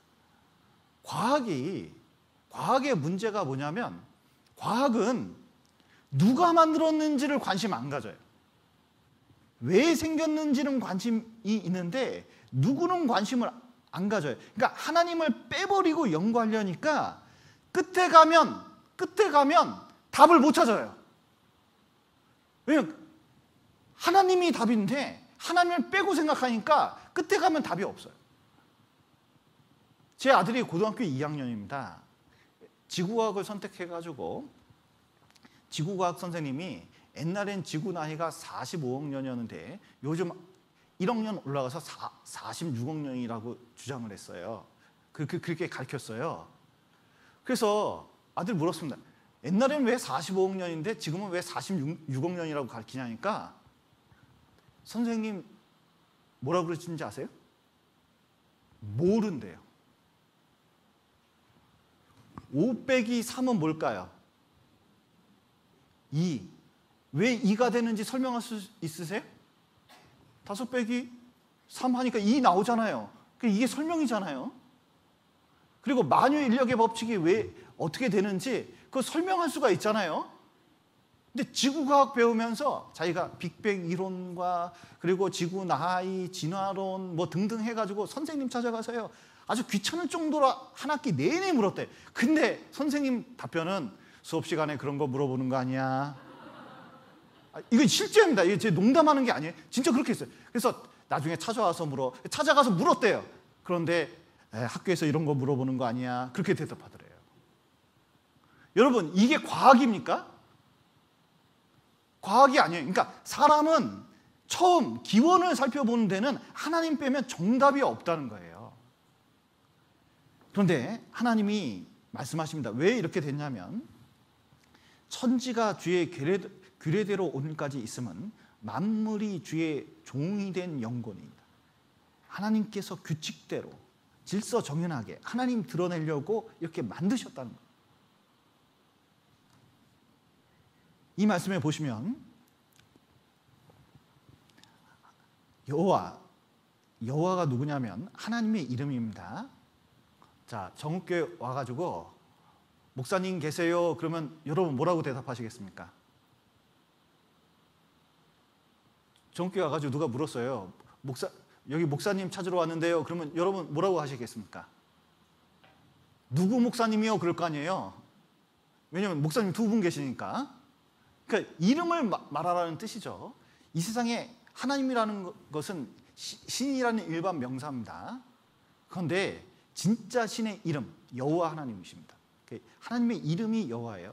하늘을 창조하신 하나님이시며 땅도 조성하시고 경고케 하시되 헛되이 창조치 아니하시고 어떻게 지으셨다고요? 사람으로 거하게 지으신 자니라. 사람 살게 하게끔 얼마나 정교하게 만들었는지 모릅니다. 여기 BBC 방송에 지구라는 이름의 기계 그랬는데 과학자들이 보니까 이 지구는 어떻게 하면 대충 좀을 딱 꺼내서 만들어진 게 아니라 완전히 기계와 같다는 거예요. 부품이 얼마나 들어갔냐? 20만 가지 이상 정교한 법칙이 그 안에 있다는 거. 보십시오. 태양으로부터 절묘한 거리라고 했습니다. 얼마나 정교하냐면 요 라이프 존이 있는데 요거 벗어나면 살 수가 없어요. 여기 안쪽에 들어가면 멀리 가면 너무 추워서 사람이 못 살고 안쪽에 들어오면 너무 뜨거워서 사람이 살 수가 없습니다. 그런데 이 지구는 라이프 오존을 갈 때 파도 칠 때 큰 파도가 치는 것처럼 이렇게 갈 수 있거든요. 지금은 요거 잔잔한 파도 요 안에서만 돌고 있는데 그런데 이렇게 큰 파도가 치는 것처럼 왔다 갔다 하면 어떻게 되느냐? 어떨 때는 너무 뜨거워서 우리가 불고기 되고 또 바깥으로 너무 가면 너무 추워가지고 사람이 살 수가 없어요. 기가 막히게 그 사람이 살 수 있는 그 범위 안에서만 돌게끔 만들어 놨거든요. 네. 가장 적절한 범위에서 마치 칼날 위에 있는 것처럼 그 칼날 위를 가는 것처럼 지구가 가고 있습니다. 그리고 공정궤도가 굉장히 안정되어 있는데 여기 보시면 커다란 목성, 커다란 토성이 있습니다. 천왕성이 하나만 더 컸으면 어떻게 되냐? 지구는 튕겨져 나갈 수밖에 없습니다. 그러니까 사람 살 수 있도록 기가 막히게 만들어졌다는 것을 볼 수가 있고 지구가 작으면 바다가 없습니다. 지구가 크면 산소가 없습니다. 사람 살 수가 없어요. 딱 이만한 크게 해야 돼요. 또 하루가 24시간이 아니었으면 어떻게 되냐? 느리면 사람이 못 삽니다. 빨라도 이 우주 공간으로 인간이 탈출될 수밖에 없대요. 바다 크기가 작으면 어떻게 되냐? 대류 현상이 일어나지 않아서 사람이 살 수 없고 또 바다가 너무 커도 사람 살기가 부족하다는 겁니다. 지구가 너무 기울어져도 문제, 서도 문제예요. 23.5도 기가 막히게 기울어져 있어야 사람이 살 수가 있어요. 자, 보십시오. 이상적인 자전 속도, 이상적인 거리, 이상적인 크기, 이상적인 기울기, 그 위에 이상현이 살고 있어요. 굉장히 이상적이라는 걸 알 수가 있죠? 네. 사람이 살 수 있는 조건이 23만 가지나 있답니다.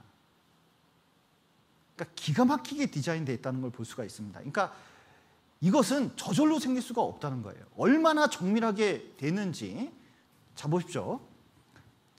공기만 하더라도 78%, 산소가 21%, 나머지 가스가 1% 있는데 그중에 이산화탄소 보십시오.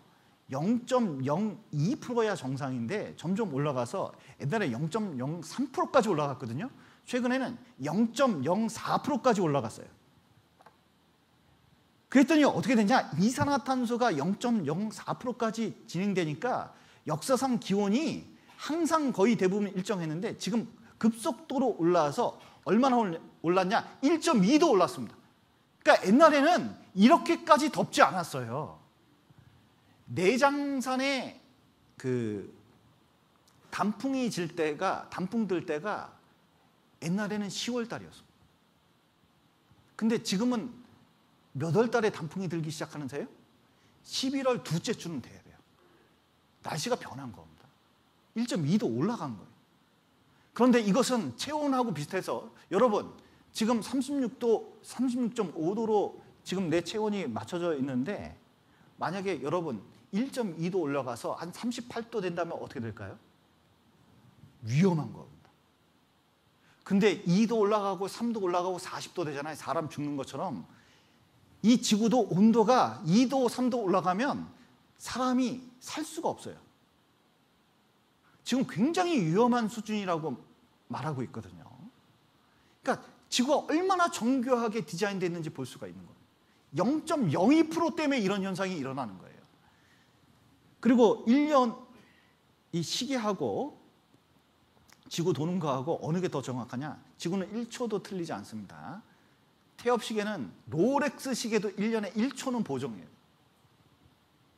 지구가 굉장히 정교하다는 걸 알 수가 있습니다. 여기 케플러라는 사람이 있는데 이거 만들어놨습니다. 제가 이거 사진 찍고 되게 좋아했는데 여기 지구본이에요. 근데 이거 태엽 돌려가지고 딱 돌리면 이게 막 돌아갑니다. 막 돌아가요. 진짜 신기합니다. 그런데 케플러가 이걸 전시해 놓으니까 친구가 집에 왔을 때 이거 어떻게 만들었는지 가르쳐 달라고 그랬더니 이거 만든 거 아니라 아침에 일어났더니 뻥 하고 생겼다는 거예요. 야, 그런 거짓말이 어딨냐 이게. 어떻게 이게 저절로 생기냐. 네가 만들었지. 아니야, 이것도 아침에 왔더니 그냥 뻥 하고 생겼어. 이런 내가 가르쳐 달라고 그러니까 그거 가르쳐 주지 않고 심지어 이런 거짓말까지 하냐고 화를 내면서 가려고 했더니 케플러가 그 친구 손잡고 얘기했습니다. 친구요, 잘 들어보라고.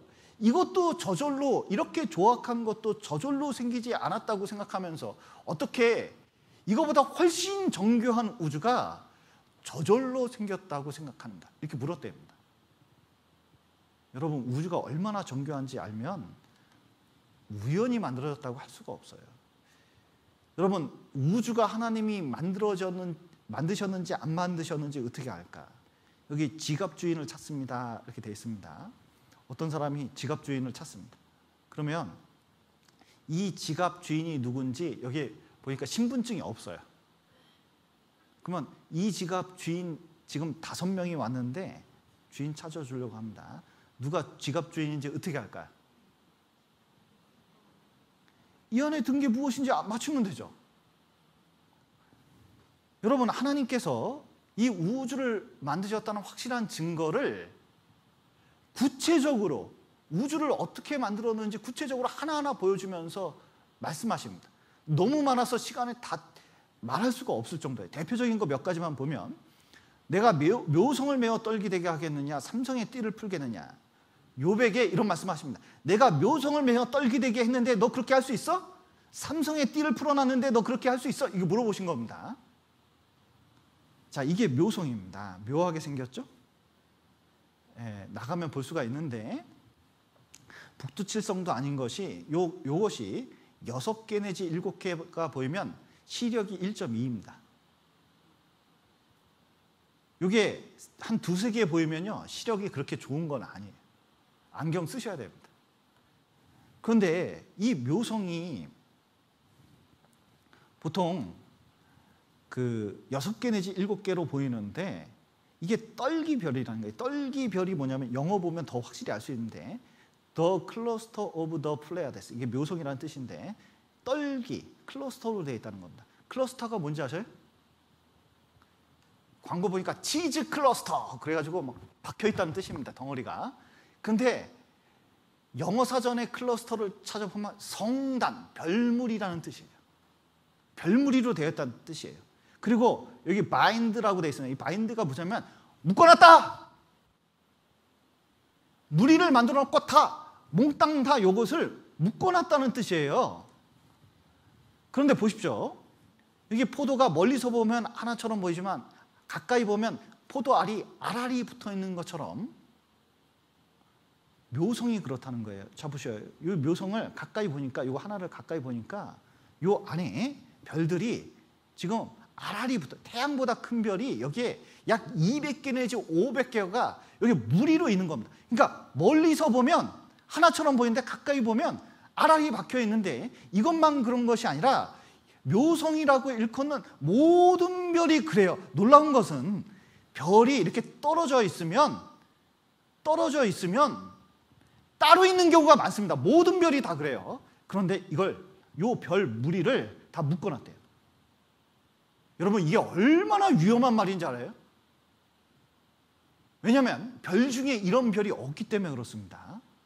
그런데 놀랍게도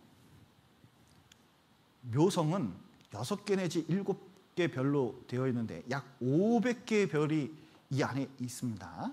그런데 이것은 떨기별, 성단이에요. 놀라운 것은 이 모두 다가 함께 상호 뭉쳐서 공간에서 함께 움직이고 있습니다.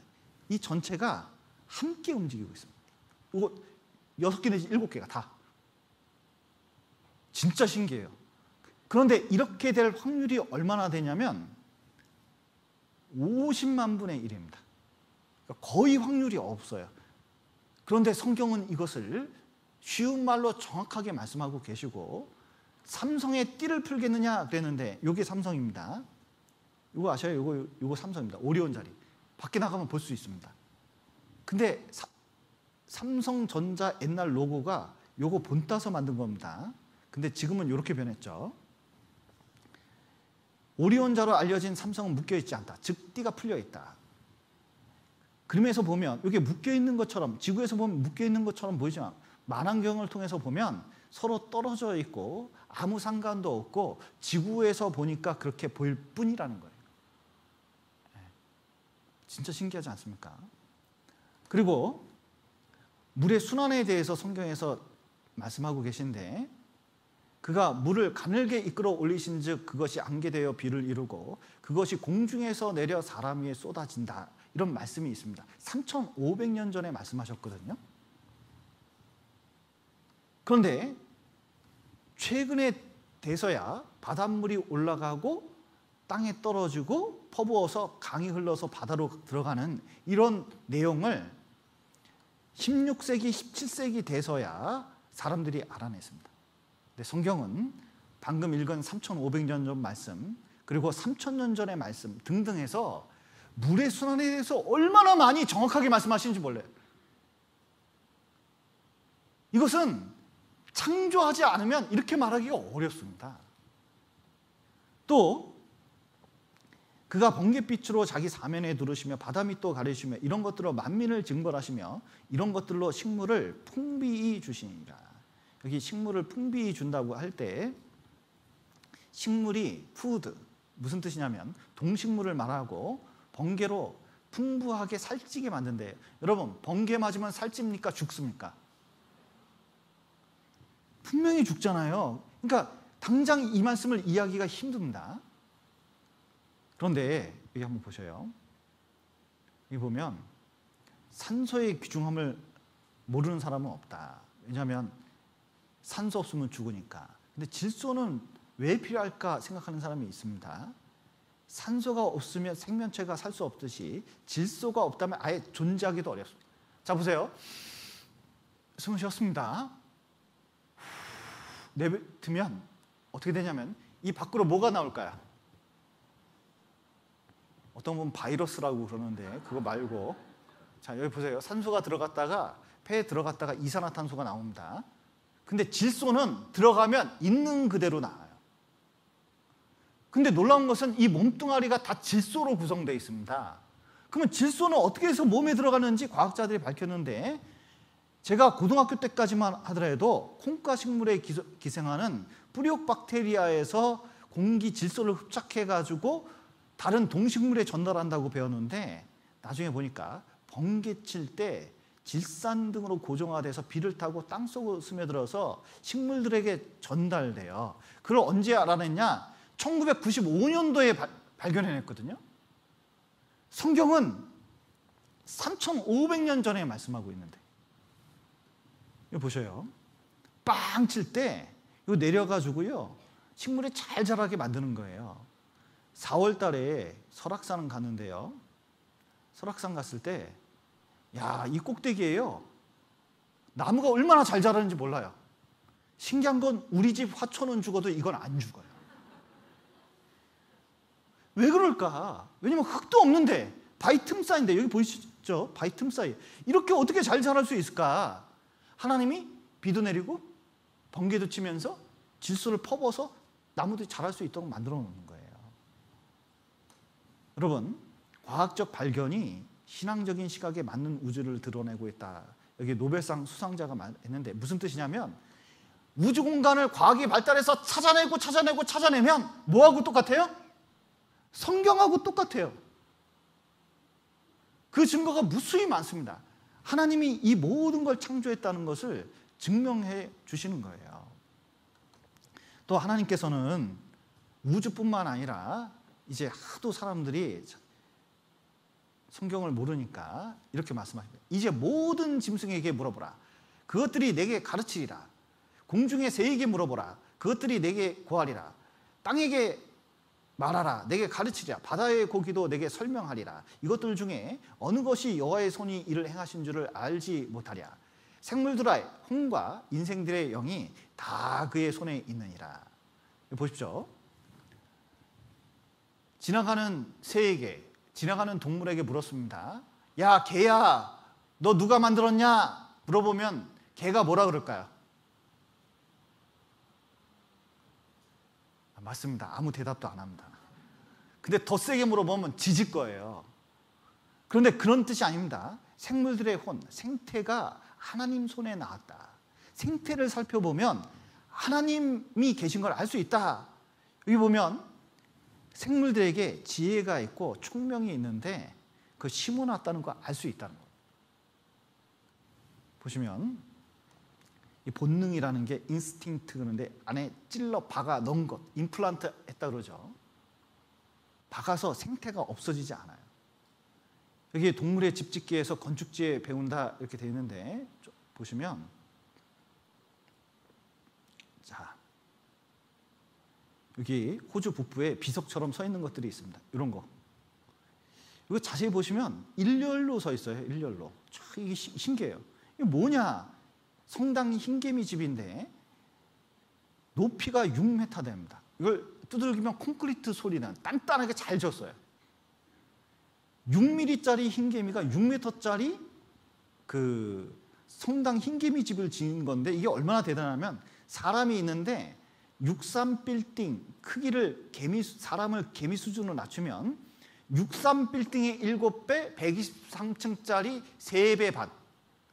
엄청나게 큰 건물입니다.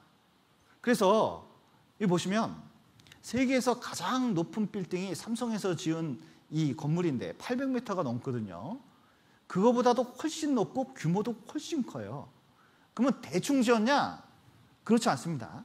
아주 뜨거운 지역인데 굉장히 뜨겁기 때문에 속살이 연한 이 흰개미가 열을 잘 발산할 수 있는 집을 만들어야 됩니다. 근데 이렇게 올록볼록하게 지었고 타원형 모양으로 지었는데, 햇볕이 가장 뜨거울 때 햇볕을 가장 적게 받는 모양으로, 그리고 열을 가장 잘 발산하는 모양으로. 자, 보십시오. 이렇게 만든 것은 열이 빨리 발산하라고 만드는 것처럼 개미집 그렇게 생겼어요. 그리고 찬바람이 불어오면 여기다가 길을 잘 만들어가지고 어떻게 했냐면, 길을 잘 만들어가지고 찬바람이 뜨거운 공기를 내뿜습니다. 온도 조절을 위해서 뜨거운 공기가 나갈 때 바로 나가는 게 아니라 한 번 돌려요. 열 효율을 위해서 귀뚜라미 보일러처럼. 얼마나 정교한지 몰라요. 근데 마크 피어스라는 사람이 이스트게이트, 짐바브웨에 아주 큰 건물, 이 건물을 지을 때 짐바브웨의 전력이 나쁘잖아요. 그러니까 시원한 건물을 만들어 달라고 부탁을 했습니다. 이 건물을 만들었는데 에어컨 필요 없이 시원한 건물.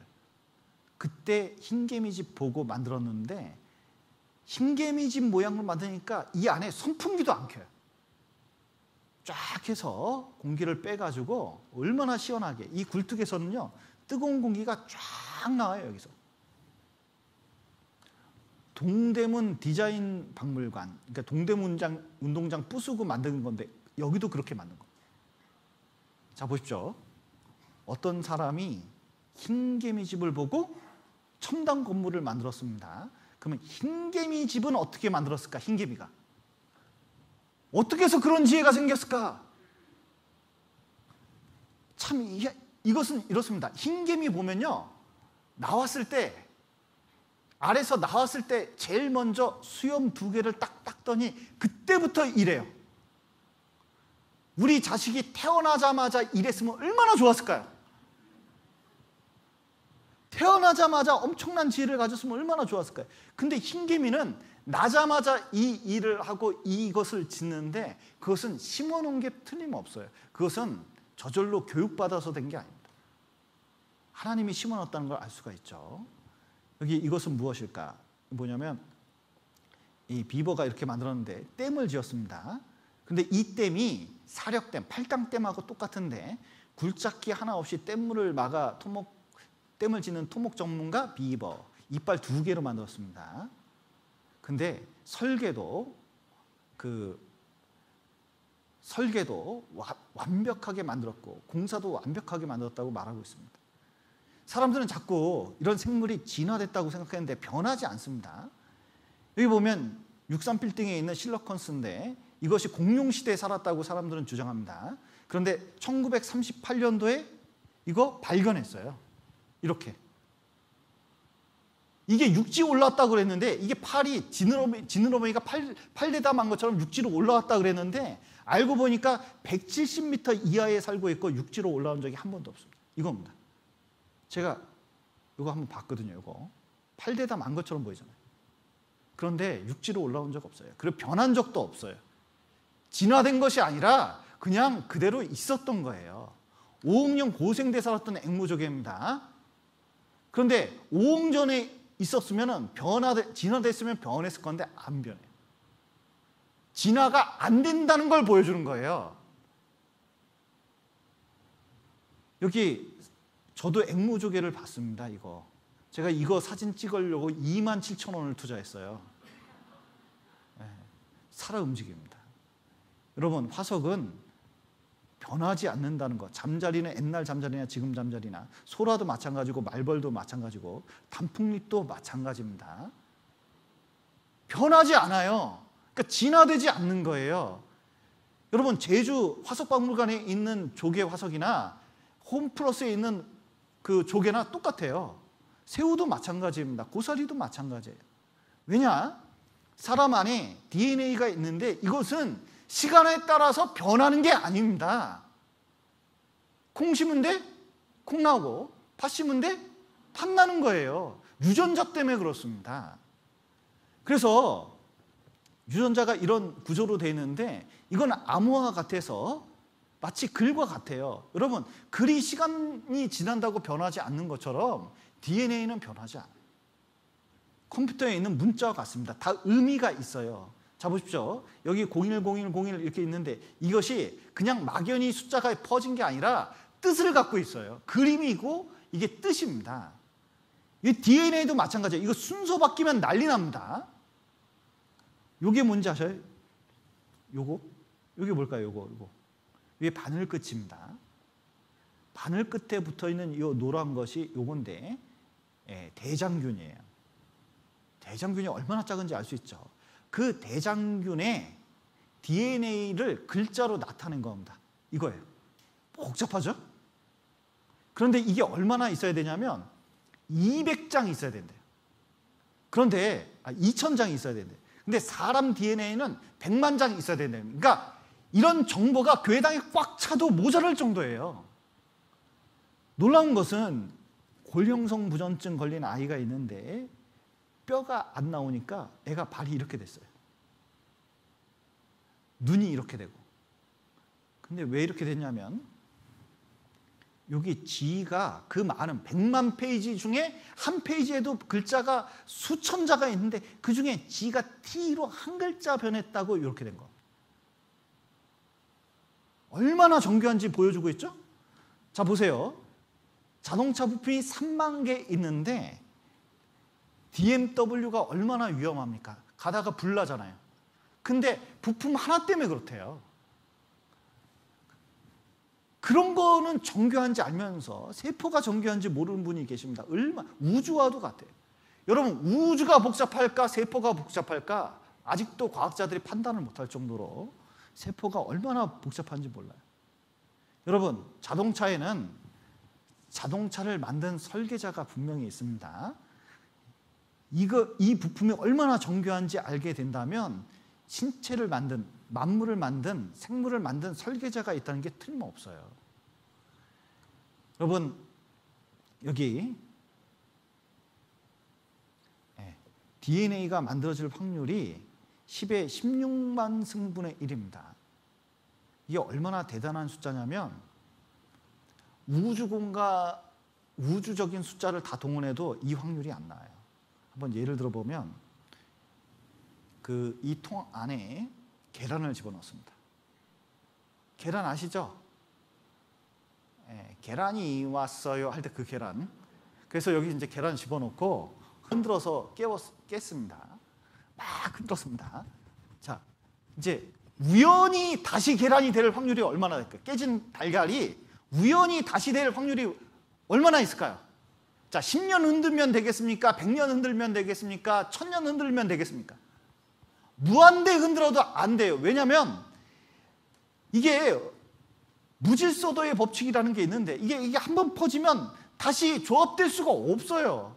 그런데 우연히 이런 게 우주가 아무리 무한대 속에 있어도 이렇게 세포 하나 만들어질 확률이 없습니다. DNA 정보가 얼마나 정교한지 몰라요. 대충 원숭이가 무작위로 친다고 햄릿이 나오는 게 아니에요. 글이 써지는 게 아닙니다. 무슨 뜻이냐? 햄릿은 누가 쓴 사람이 있겠죠. 그런 것처럼 우주도 이 DNA도 이 순서가 우연히 된 것이 아니기 때문에 여러분 반드시 이 복잡한 모든 것을 창조한 하나님이 계십니다. 그래서 첨단 현미경 있어도 다이론 진화론 폈을까?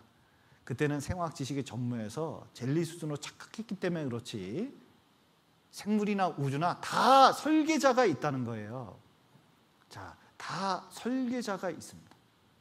분명히 하나님 계신 겁니다. 멘델의 유전 법칙이 있습니다. 진화되지 않았다는 걸 이거 보여주죠. 자, 이게 뭔지 아세요? 이게 뭔지 아세요? 노새입니다. 노새가 얼마나 힘이 좋고 일하기 좋은지 몰라요. 말도 잘 들어요. 힘도 좋고. 근데 문제는 당나귀하고 말하고 교배시켰는데 이 노새의 단점이 뭐냐면 새끼를 못 낳아요. 새끼를 못 낳아요. 돌연변이라 그런 거예요. 자, 보세요. 이거 호랑이하고 사자하고 교배시켜서 이런 모양이 나왔습니다. 동물원에 갖다 놓으면 손님들 많이 들겠잖아요. 근데 문제는 뭐냐면 이거는 새끼를 못 낳아요. 돌연변이라 그런 거예요. 돌연변이는 새끼를 못 낳아요. 그런데 이상하게 진화론은 돌연변이가 더 잘 된다고 주장하는 거예요. 유전 법칙에 어긋나는 겁니다. 그래서 기린의 목은 왜긴가 이런 것이 있는데 사람들이 목이 짧은 기린, 목이 긴 기린이 있었대요. 근데 풀 뜯어 먹어야 되는데 짧은 건 하다가 픽 죽어버렸대요. 이렇게. 긴 것만 살아남았다는 거예요. 여러분 보십시오. 목이 짧아서 요거 못 먹으면 요걸 먹겠습니까? 그냥 고개 숙여가지고 땅에 있는 거 먹겠습니까? 식성을 바꾸는 게 더 빠르지. 그런데 진화론자들은 근거도 없이 이게 맞다고 주장하는 거예요. 또 사람들이 이걸 많이 믿어요. 여러분 이거 근거 있습니까? 근거? 근거가 없어요. 그냥 주장하는 것뿐이지. 그런데 목이 기니까요. 혈압이 얼마나 높은지 이게 딱 하면 피가 한꺼번에 몰려서 이게 뇌진탕 걸려서 죽어야 되거든요. 근데 길이는 말에 없는 게 있어요. 뭐가 있냐? 여기 밸브가 달려 있고 뇌에 혈망이라는 게 있어서 피가 한꺼번에 몰리면 여기 쌓이게 돼 있어요. 뇌에 충격을 안 주게 됩니다. 말은 그게 없어요. 그러니까 말에서 되지 않았다는 게 분명한 거예요. 진화된 게 아니라 그냥 하나님께서 길이는 길인대로 말은 말대로 창조하신 거예요. 자 보세요. 목 늘어나면 어떻게 되는지 보여주는데 태국에 있는 카렌족입니다. 목이 긴 게 예쁘대요. 그래 어렸을 때부터 링 끼워서 목 늘려요. 이런 식으로. 좀 예뻐 보입니까? 좀 문제가 많을 것 같이 보입니다. 그래서 이만큼 늘렸어요. 자, 2000년 동안 늘렸다며. 2000년 동안. 그러면 지금 난 아기가 있습니다. 목이 길까요? 우리 같은 목이 나올까요? 우리 같은 목이 나와요. 왜냐하면 DNA는 변하지 않기 때문에 콩 심은 데는 콩나무이기 때문에 아무리 늘려도 이게 늘어나지가 않아요. 그러니까 유전되지 않는다는 걸 보여주는 겁니다. 그래서 원숭이가 사람 될 확률이 없어요. 아예 없어요. 사람은 원숭이 닮았습니다. 자, 모양은 원숭이 닮은 것처럼 보이죠? 근데 눈은 오징어 닮았어요. 오징어가 색깔을 구분하거든요. 심장은 돼지 닮았어요. 외모는 원숭이 닮았어요. DNA는 쥐 닮았어요. 그러면 뭐에서 진화된 겁니까? 여러분 그게 아니에요. 사람은 사람대로 그냥 만든 겁니다. 사람과 원숭이는 원래 생각만큼 비슷하지 않아요. 설계됐다는 걸 분명히 보여주는 게 여기 폭탄 먼지벌레가 있는데 딱 건드리니까 엉덩이에서 가스를 뿜어가지고 빵 터져요. 근데 1분에 10번도 터뜨린대요. 빵빵빵빵 빵빵. 자 보셔요. 여기 두꺼비가 왔는데 엉덩이에서 탁 방구를 끼는 거예요. 예, 그러면 아따가 하면서 터지. 그런데 몸속에서 하이드로퀴논과 과산화수소가 있는데 이게 몸속에서 터지면 난리 나는 거예요. 빵 이렇게 됩니다. 근데 한 번도 몸속에서 터지지 않고 몸 밖에서 터져요. 기가 막히게. 여러분 가스 실험해 보면요 얼마나 위험한지 알아요. 그런데 이게 항상 몸 밖에서 터지는 것은 이게 정교하다는 뜻입니다. 여기 자연을 모방하는 것이 최첨단 기술이라고 말하고 있는데 자 보세요. 여기 파리 발바닥이 있습니다. 요즘 파리가 많죠? 윙 날아다가 천정에 딱 붙었습니다. 근데 이런 파리 보신 적 있으세요? 천정에 붙어 있다가 파리가 후달린다. 후들후들 떨다가 탁 놓쳐가지고 나는 파리 보셨어요? 벽에 붙어도 천정에 붙여도 얼마나 자연스럽게 가는지 몰라요. 왜냐하면 발바닥이 기가 막히게 만들어졌기 때문에 그렇습니다. 인간이 이 발바닥 만들려고 얼마나 노력했는지 몰라요. 왜냐하면 붙였다 뗐다 하면 좋잖아요. 못 안 바꿔. 그런데 이게 안 돼요. 파리 발바닥이 얼마나 복잡한지 모릅니다. 그런데 자연을 모방하는 것이 최첨단 기술이에요. 여러분 얼마나 잘 만들었는지 동영상 하나를 보겠습니다. 잠깐 보시죠. 알면 알수록 신기한 곤충의 세계, 강한 자만이 살아남는 약육강식의 세계 속에 생존을 위한 방어 본능 또한 각양각색인데, 그런데 스컹크보다 강한 폭탄을 쏘는 곤충이 있다는 재미있는 제보. 폭탄을 쏘는 곤충이 있다는 것이 사실인가요? 사실입니다. 자신의 몸을 보호하기 위해서 폭탄을 발사하는 곤충이 있습니다. 사격의 왕, 폭탄먼지벌레를 소개합니다.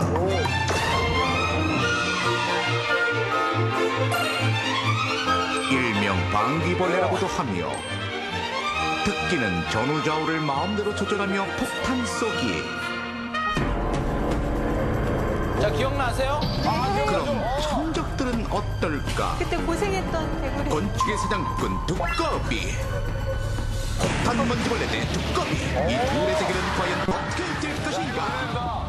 침 닦고, 침 닦고, 침 닦고. 어머나, 이게 웬일? 도로 뱉어냈다. 다시 한번 느린 화면으로 보자. 두꺼비 빠른 속도로 폭탄먼지벌레를 잡아채지만 바로 뱉어낸다. 폭탄 먼지벌레의 폭탄 한 방에 두꺼비 무척 놀란 기색이 역력하고, 하지만 여기서 물러설 수 없는 두꺼비 2차 시도. 그러나 또 뱉어낸다. 역시 실패. 폭탄 먼지벌레, 무슨 일이 있었냐는 듯 태연하지만 정작 자신 있게 공격을 했던 두꺼비는 도망을 치려 합니다. 폭탄 먼지벌레가 대체 무엇을 터뜨리길래 모두들 놀라는 것이? 그렇다. 폭탄 먼지벌레는 몸속에서 하이드로퀴논과 과산화수소를 만들어내는데, 이것이 효소와 반응해 가스가 만들어진다. 이 가스가 나오면서 폭발음과 함께 굉장한 열을 방출하는 것인데, 그렇다면 이 냄새 독한 가스의 온도는 과연 얼마나 될까? 열감지 카메라로 측정해보겠다.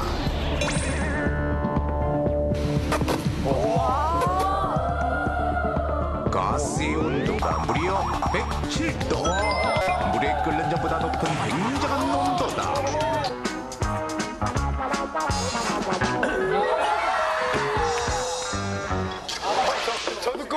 여러분, 작다고 얕보면 큰일 납니다. 예, 이 모든 것들이 하나님 계신 것을 우리에게 분명히 보여주신다고 할 수 있습니다. 여러분, 여기 1달러짜리 지폐가 있습니다. 근데 이걸 1억 원짜리라고 생각을 한번 해보시죠. 만약에 1억 원짜리 그 돈이 있는데 실제 돈을 여러분에게 공짜로 드리면 여러분 받겠습니까? 의외로 돈 준다고 하는데 잘 안 받고 싶어 하더라고요.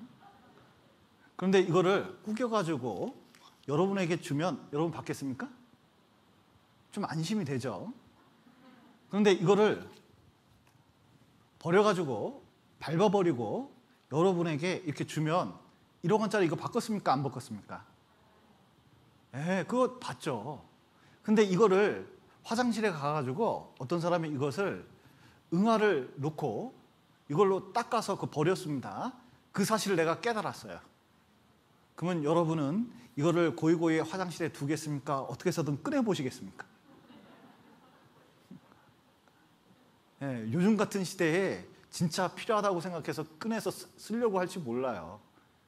중요한 것은 펴져 있든 구겨져 있든 밟히든 간에 중요한 것은 이 안에 무엇이 기록되는지가 중요하거든요. 사람 인생이 어떤 건 펴진 인생도 있고 어떤 건 구겨진 인생도 있고 어떤 건 밟힌 인생도 있습니다. 진짜 인생살이가 얼마나 힘든지 몰라요.